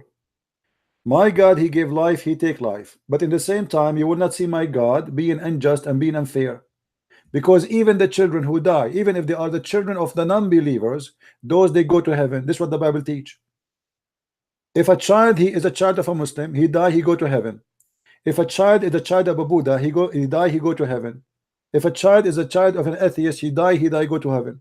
This is what the Christianity teach. So even if there are war and there's children, they die, still those children, they will go to heaven. And life in earth is not really important, because there's even something better for those who will go there. Same time, you will see that my Lord Jesus the Christ, he did not say, when you see a Muslim in the street, spit in his face, curse him and make him walk in the sewage. He says, love your enemy, bless those who curse you. So for you, you are reading the history of the Jew, and the Jew, they suffer a lot. The Jews, they've been taken as a slave, the whole nation, twice for hundreds of years. So you have to take in your consideration that we are talking about thousands of years ago. Yet we have Jesus who said, love your enemy. This is the same God, this is the same teaching, this is the same message, which means it is about love, but in the same time, God have to be justice with you. You have to survive. If there is a criminal, is going to come to kill you. If there is somebody, you now, God forbid, somebody into your house and he want to rape your wife, what do you do? If you have only one of two choices, either you kill him or let him rape your wife, what you will do? You will kill him. Yeah. Muhammad was a rapist. He said, attack the Roman and get the blondie girls. It's not the Roman, he said, attack Muhammad and get the Arab girls. The Muslim, they say to us, do you know the crusade? The crusade happened after the Muslims attack. For 600 years since Jesus entered Muhammad, we never heard of a crusade. And you have to agree. The crusade happened after the Muslims attack our land, rape our women, force the jizya, and stole our money and destroy our churches. And your country is one Your country is one of the occupied country. Your grandfather used to be Christian. The Arab came to your country. They forced you to speak Arabic, and they forced you to say you are an Arab. And now you think you are an Arab when the fact you are an Egyptian. Yeah, Khalid bin al-Walid, he opened Egypt when it was Coptic at first. No, not Khalid bin al-Walid. It's Amr ibn al-As. Amr ibn al-As is a whore. Amr ibn al-As. Do you know what happened with Amr ibn al-As when he fought with Ali? No. When Amr ibn al-As he fought with Ali, Ali almost killed him. No, actually, some they say Umar ibn Khattab. He exposed his anus. Imagine the leader of the army. The leader of the army. He was fighting with one of the companions of Muhammad. When he almost killed him, he took off his panty. He turned his ass to the one who's attacking him. When he was fighting with Ali, he bent over, he took his panty and he exposed his anus. So Ali, he covered his eyes and he turned back. Was that like a sword fight, or is it like fist fight? Yeah, they are fighting. Yeah, they are fighting by sword. But look at the quality. This is the one who made you a Muslim. The one who made you a Muslim, the one who occupied your country. He exposed his ass to protect himself from being killed. That's really weird. This is not weird. This guy is his name is Umar ibn al-As. You know what does that mean, al-As? Which means he's the son of a whore. This is who they are. They are a bunch of gang and filthy and trashy, and they came to your land and they forced you into a new religion and they forced you to speak Arabic in the time of the Hakim of bi Amrullah al-Fatimi. Not only when Umar ibn al-As, this is Umar ibn al-As when he came and he fought with Ali, you know, he exposed his anus. But when the Muslim they took over Egypt, and we have a guy, his name al-Hakim bi Amrullah al-Fatimi, the Caliphate, the Dawlat al-Fatimiyin. This guy was a sicko. He have sex with boys. The one who run his caravan is boys who they are naked, wear see-through clothes. They are not allowed to wear panties. They have to be naked. 7 years nobody can eat mulukhiyah. You know what mulukhiyah, right? Yeah. This is what used to be called mulukhiyah. You know what I'm talking about. Yeah. Because he died, when he died, everybody eat it. Imagine, guys, he said this food is my food. Anyone eat it, he should be killed. And he called it mulukhiyah, which means like royal. So when the guy he died, the poor Egyptian desperately, because they did not eat this food for many years, they call it mulukhiyah, which means anyone can grab it now. For 7 years nobody can walk with shoes. For 7 years nobody can light a candle at night. Every 7 years he have a new madness. This is Islam. What Islam brought to you? Well, I mean, I was born into it, like everything I was taught, like, you know, about Islam. Like, it used to give me peace before, but like now I just don't really take it seriously. Like, I just I don't even pray, but like I used to pray before. Well, my friend, like, I advise you to denounce Muhammad and to leave this cult immediately. You don't fit there. This is a cult. This is a very bad, disgusting cult. Well, I don't know, like maybe I can just reject the hadith and like obey the Quran. The Quran is more crazy. The Quran is more crazy. What the Quran is better? The Quran is more sick. What are you talking about? Like what are you talking about in the Quran that's sick? Everything. Well, like what do you want to talk about? You want to talk about ethic? You want to talk about fairy tale stories? What do you want to talk about? I mean, there were like some things that made me doubt a bit, like the story of Khidr, the killing of Khidr, the boy, when he was killed by. What about the flying carpet of Sulaiman? You like it? Flying carpet? Yeah, in the Quran. You don't know? I never heard of it. Where's that? What do you mean you don't know? Come on, you speak Arabic, so you should be able to read easy chapter 21. Go to chapter 21. Read the whole chapter. Sulaiman, I know about Sulaiman had a flying carpet. He used to order the jinn to build him his castle or something.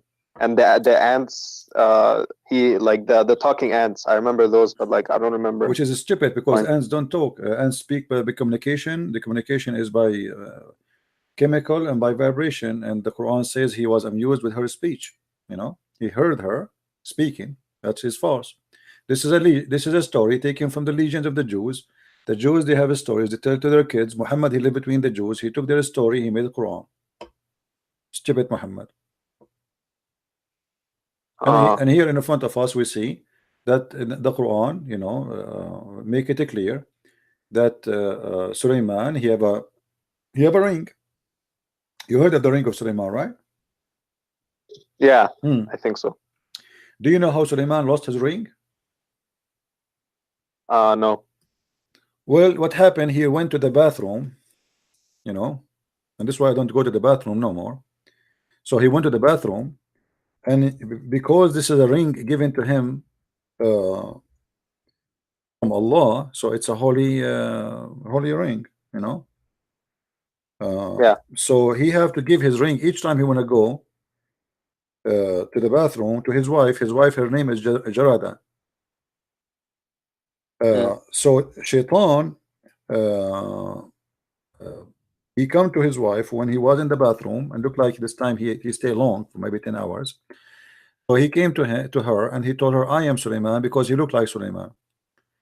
And because he looked like Sulaiman, so the wife, she gave him the ring and she believed him. So by wearing the ring, he became the king, and then he started having sex with all the wives. And then the wives did notice that this is cannot be you know, it cannot be him, because he's very good in bed, not like the previous husband. So you know, this is what happened. He took the ring, he wear it, he became the king. And then one day the wives, they complained to the elders in the kingdom, like the ministers, that this our husband Sulaiman is acting weird. They said, why? They said, because his penis never sleep. He's always having so good in sex, and he never have enough. And we suspect that this is not him, something like a magic happening. So the Shaitan, he heard this, that he is discovered, or let us say he is exposed. So he decided to run away, and he threw the ring in the ocean. And Sulaiman at that time, because he lost his kingdom, he started to work as a porter in the port. So one day he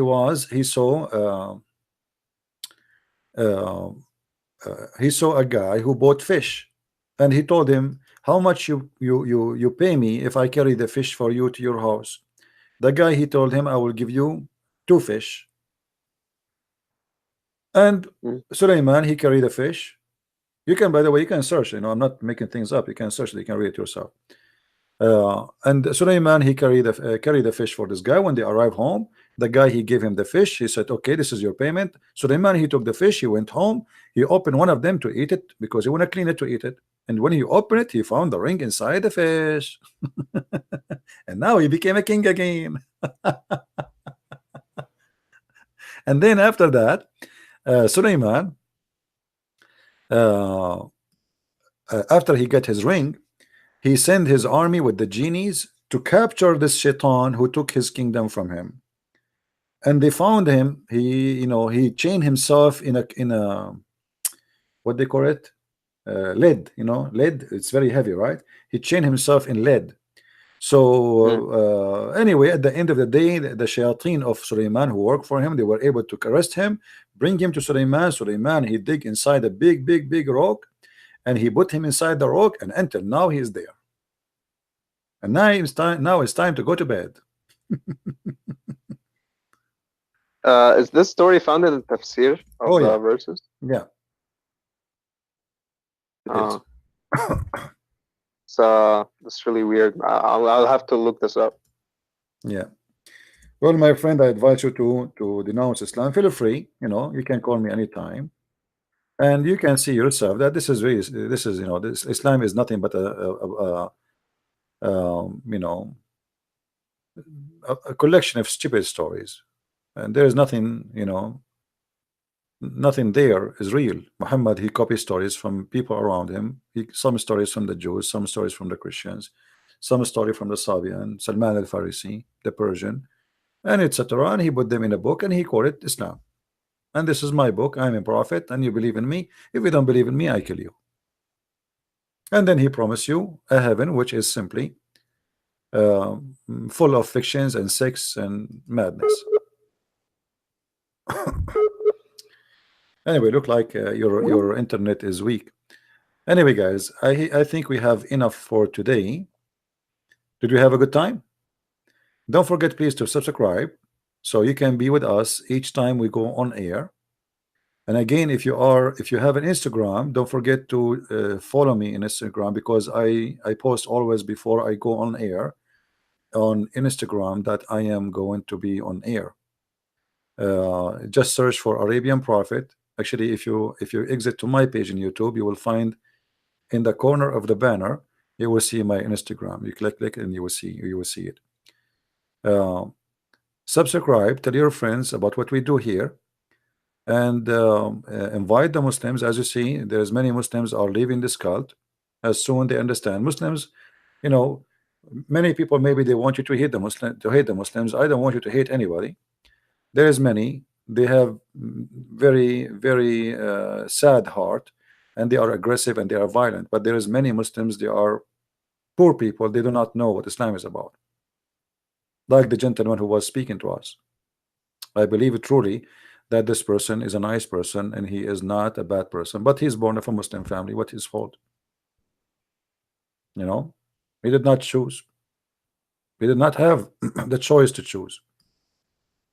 But I hope by listening to us, by learning, they will learn the truth, and the truth will set them free. Some people might think that it's very hard to make somebody leave his faith. This is not true. A lot of Muslims are leaving Islam because what we are shown is very powerful. Islam is very easy to defeat. It's the most stupid religion ever. The most silly, the most disgusting, the most stupid, the most everything most extreme. But in order to fight such a cult, you need to know. And if you do not know, you cannot fight anything. You cannot fight even your flu. If you do not know where is the switch of your light in your house, let us say you just enter a house, big, beautiful palace, but you do not know where the switch in your palace to turn the light on, you will stay in dark. As simple as that. Ignorance is our problem. The light is there, just go to the switch and switch it. As simple as that. But you do not know where. So it's very important that we know how to turn the switch on. And in this program, we do have the switch. Join us and be with us and tell your friends about us so they might learn how we can make the whole world have light, so nobody can deceive them, nobody can lie to them, and everybody will live in light and nobody will die in his ignorance. Thank you very much for being here. May the Lord bless you all, and I hope the Muslims, they learn something good today, the same as the Christians and the rest of the world. Take care. Christ is Lord, Islam is false, and this is a Christian Prince was with you, and see you soon again. Bye-bye.